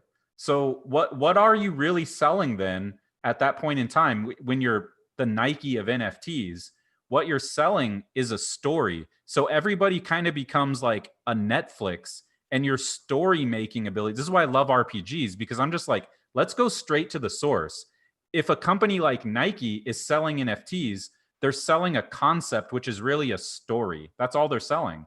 There's no physical good until they redeem it. But my guess is what's going to happen is a lot of people are going to be like, yeah, I'll buy that laser gun and I'll hold the NFT. And yes, I do own a laser gun, but they'll never get it sent to them in the mail. And I think that the physical goods are going to, like, only in special cases would anybody ever redeem it. So it might be possible for you to build a business that doesn't even manufacture a good, really. It just sells the potential of a good, the story of a good. I think that this is so deep, man. Like, I honestly think that even in 20 years, people are going to be still theorizing about the different things you can do about selling the potential. It's like, then you'll be selling the story of a story. It's like how people criticize the announcements from the crypto businesses. They're like, it's an announcement of an announcement of an announcement. That's how NFTs are. It's like an NFT of an NFT of an actual physical good or something, you know? But for me, it doesn't even have to be physical good, because if we take something as simple as what I did today, and I will just show it on screen, you can see it. I created an NFT that people could claim that were watching this. And let's say that today it's worth nothing. The one that got it perhaps is happy, is a part of this. But let's say that I continue with these shows, I get better, I get more viewers, I get more content created. And in 10 years, I'm as big as Joe Rogan, just as an example. The one that hold these first one, they can speculate that if I continue with this, if I grow, they can probably sell that to some kind of collector in the future that want to have it, which means that I don't need to create anything other than I designed it, I posted it, but it creates a speculation for someone, and if they start to trade it, I actually get some kind of revenue. I set it to 2%, so I don't get a lot of it because I don't like high fees. But I get a little bit of transactions for anyone trading these, and they can trade it back and forth. They can speculate. They can earn something. And me as a content creator can start to make a living creating content without. Yeah, that's important. That's a really important point right there. That you can actually allow people to support you as a content creator. Like, I would love to do that. Like, I would actually love to help you build NFTs that, you know, people will want to buy more. Like, because I think that content creators should be selling these NFTs, and they need certain characteristics that are going to make people want to collect them. Like, Corey does Chirp casts, right? And he's like the guy who runs Chirp. And so I came up with this concept of, what we're going to do is make an NFT for every guest, and we're going to custom make it. We're going to custom make that NFT look like the person who's on the show too. And we have this whole art framework for doing it. And so I don't think we've really like started doing it aggressively, but like it's a little memento for when you went on the show. It's like something that to commemorate some thing that you did or whatever, Yeah. right? And later in the future, if it does get big, people will want to collect it and people want to speculate. Yeah, It reminds me of this. and I actually I didn't do a one that is different for all of them, except that the immutable data is different. But I actually minted them for all the interviews. I've done it for the first 9. I have a little backlog now that I need to mint and send because I'm doing it manually, which is stupid. But that's what I'm doing. So I just enter episode number as an immutable data manually, and then I send that badge out to them, and they have something that they can remember. You have been here, so I sent it to Tobin when he was here. And everyone that has been. So Matt has one as well. And I actually think that is great because you can only achieve it by coming on and chatting. Yeah, no, I love that. And that's kind of like the concept that we're working on with Chirpcast. I think that it's really smart. And I think that it might be like one of the things that I think would be really amazing is like also thinking when you do sell these things, because this is what I learned from the live streaming sticker stuff, is that think about it from the perspective of the viewer. Like, how does it empower your viewer to be more invested in what you do? And so I think that Twitch has some really nice things and these other streaming things. It's like, it should give them the right to maybe pin something, or it gives them the right to have their question answered in priority or something like that. Like, that's kind of the idea with Ravens in Nifty Wizards, that if you burn a Raven, it gives you the right to post a tweet. And so to me, it's all about rights. And that makes it kind of also pretty fun, you know, because if there's 100 questions, you're not going to be able to answer all of them, you know? Yeah, and I mean, that's what I wanted to do. I wanted to people that support me long term. So you gain your experience or level, you get into certain rooms, and the rooms you can ask me direct questions, and I can be more transparent. I can show this is what I'm working on. This is coming soon. I'm going to interview this one. Do you have any questions that I should ask? And I can actually make like, okay, if you haven't been here for a long time, you're low. And I don't want people to need to pay for it. I just want people to be able to, okay, if you share my contents, if you comment on it, if you watch them, how can I give you something back? Okay, I can give you some rank. I can give you get some level, and then you get an NFT. If you have that, you can keep being there. That's an advantage for you, I think. And because you like, I think that other content creators are eventually going to want to copy that. And if I wasn't working on stuff that right now that's, you know, I feel like is really going to take off, I probably would focus on content creation, because I feel like, you know, a lot of these people need someone to support. And I think buying these assets to support is really smart. It's a good, like NFTs. I mean, I don't know how legal it is, but I feel like there is a lot of potential for fundraising with them, you know, like pre-selling something is way more powerful. Like, I want to pre-sell these sweaters, but like I'm waiting for the sweater to arrive because I don't like to sell stuff that I don't love myself. So when I get the sweater, because I ordered the sweater, actually I want to share it with you. Maybe you can like share it because I want to get some like feedback on it. But the idea is that when you like, I want to pre-sell the stuff, right? I'm going to send it to you in Telegram here. There it is.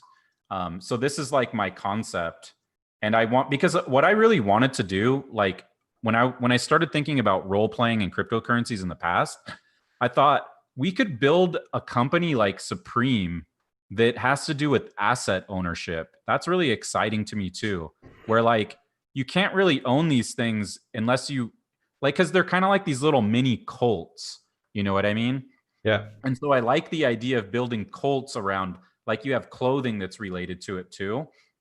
And I think that it would be really awesome if you could somehow enforce that only people who own this asset can actually have the clothing too. Because that's kind of what, if you think about it, that's what like these like war generals have, right? Like you have, you had to do all these things, and then you get a rank and you get this like badge, and like, then you get this like respect. Like, to me, I feel like we should be able to cross this over into clothing in some way too. I don't really know how to do it, but this is kind of like me experimenting with that. Yeah, and that badge or that level you're talking about, that is the same thing that I wanted with these levels. And I mean, you as like a super supporter. Yeah, exactly. Right? I give back something, but you also get a small community for each level that they give out. Oh, you're here in this level as well, and then they can start to interact with people that are probably like-minded because they watch the same content and they interact with it and they think it's fun and they saw some kind of gain from actually interacting with it. And what you talk about the stream overlay that with the pop-ups of everything, I actually requested that for the Wax Labs. You can put up a request for someone to just come and build it, and they can apply for a fund in the Wax Labs. And I actually put it up because it's pretty simple. All you need is a HTTP page that you just add it in your stream software, and then it just creates the animation, and then it disappears when an action happens. Yep. So it's actually very simple, and it could be you can trigger it with whatever you want. Perhaps it's I think it's super smart. It's super smart, man. I would actually like to look at building something like that too, for sure. Like if you maybe we can talk about it later. Like how to architect something like that, like in a way that's simple. Yeah, and all you need is something that reads the database, and then you decide what you want to show. And for me, my collections is badges.block1. That because B1 is kind of fun that I bought it. If you don't know, if anyone watching it don't know, Block1 is the guys that built EOSIO on EOS. Their blockchain account is B1, so I bought it on Wax. And I used that to create the first things I created was memes making fun of Wax and making fun of a few different things. And then now I create badges that I give out to people in the community that I think, okay, you have done a good job. You're building, and I haven't sent them out for a while, so I probably will do it soon again. So that is my way of giving back, and now I have started to do more things with it. And I think it's like using the NFTs as a way to show appreciation is also a good way to do it, because you actually get something back, and it might be a small token of gratitude or something. Yeah, actually, I underestimated, and this is what I love about our community, man, is like we've done like maybe 60,000 Wax now in sales, and I realized a lot of the people that bought our items are part of the thing that they're doing is like trusting and understanding the potential, and it gives them an easy way to support you. And I feel like I kind of underestimated that. I thought, like I have to have something really fucking fancy and it needs to be really special. And I think that this should be encouraging for people that want to build something that, if somebody, like, you can kind of learn whether you're on to something a little bit earlier, because people either buy it or they don't. And people like I probably sold over 100 NFTs today alone. You know what I mean? And that's just people that support, and they're kind, and they believe in what I'm doing. And I've even heard them say that. They're like, I bought these because I'm supporting Curdy. That's what they'll say. And it's like, wow, these people are fucking cool. They don't even barely know me, and they're supporting, and I think that, yeah, anyways, I'll probably leave just like really soon, but yeah, we should probably round out. We have been here for 2 hours and 20 minutes already. Yeah, no, it's been really fun, man. And we should just follow up, and, I would love to do this again sometime soon, and we can follow up, and maybe we can even, it would be fun to kind of look at some of the predictions that we had, because I feel like we made some predictions and just revisit them later. Sometimes this content gets lost, but I feel like we made a lot of bold predictions, so it'd be good to follow up on those. So we will follow up when you can buy burgers in 2 different places. No, but really the NFT space is here to stay. The NFT space is something that people do not understand yet. So if you want to get into it, now is the time. As Kurt said, there's a lot of people that just support you for going into the space, and they support you financially by buying some of your stuff and trading it and supporting it. There's a few projects like Shibis is one that they haven't built the game yet. The game doesn't exist. They have designed some cool characters, and they say that they will build a game, and we trust them enough to actually start to buy these assets and hope that the game will come. If it doesn't, we didn't get the game, but at least we tried. If it doesn't, we'll go find where they live and we'll beat them up. Give me back my Wax. No, but I mean, a lot of developers try, and they perhaps they will fail, perhaps the game will not be good, but at least we're here supporting. We're trying. We're happy that people come and try their best, and I just want to support anyone that tries to do something good. Yeah, for sure. I need to support more actually. Like I try to do it in my own way. Like some of the ways I'm trying to do it is figure out how I can take some of my technology and benefit the other games. But thanks for having me on the show, dude. I really love your show actually, and like I'm proud to know you more. And let's keep crushing it, dude. Let's build stuff together. You know. Yeah, I'm happy. I'm excited about that, and thank you for coming, and thanks everyone for staying. We have had over 15 people constantly for over 2 hours. There was a few more. Yeah, so thanks all for supporting, and hope you enjoyed the NFT claim that I think it was 17 people that claimed. So then it means that there's no more than 17. Yeah, so that's good, and thanks.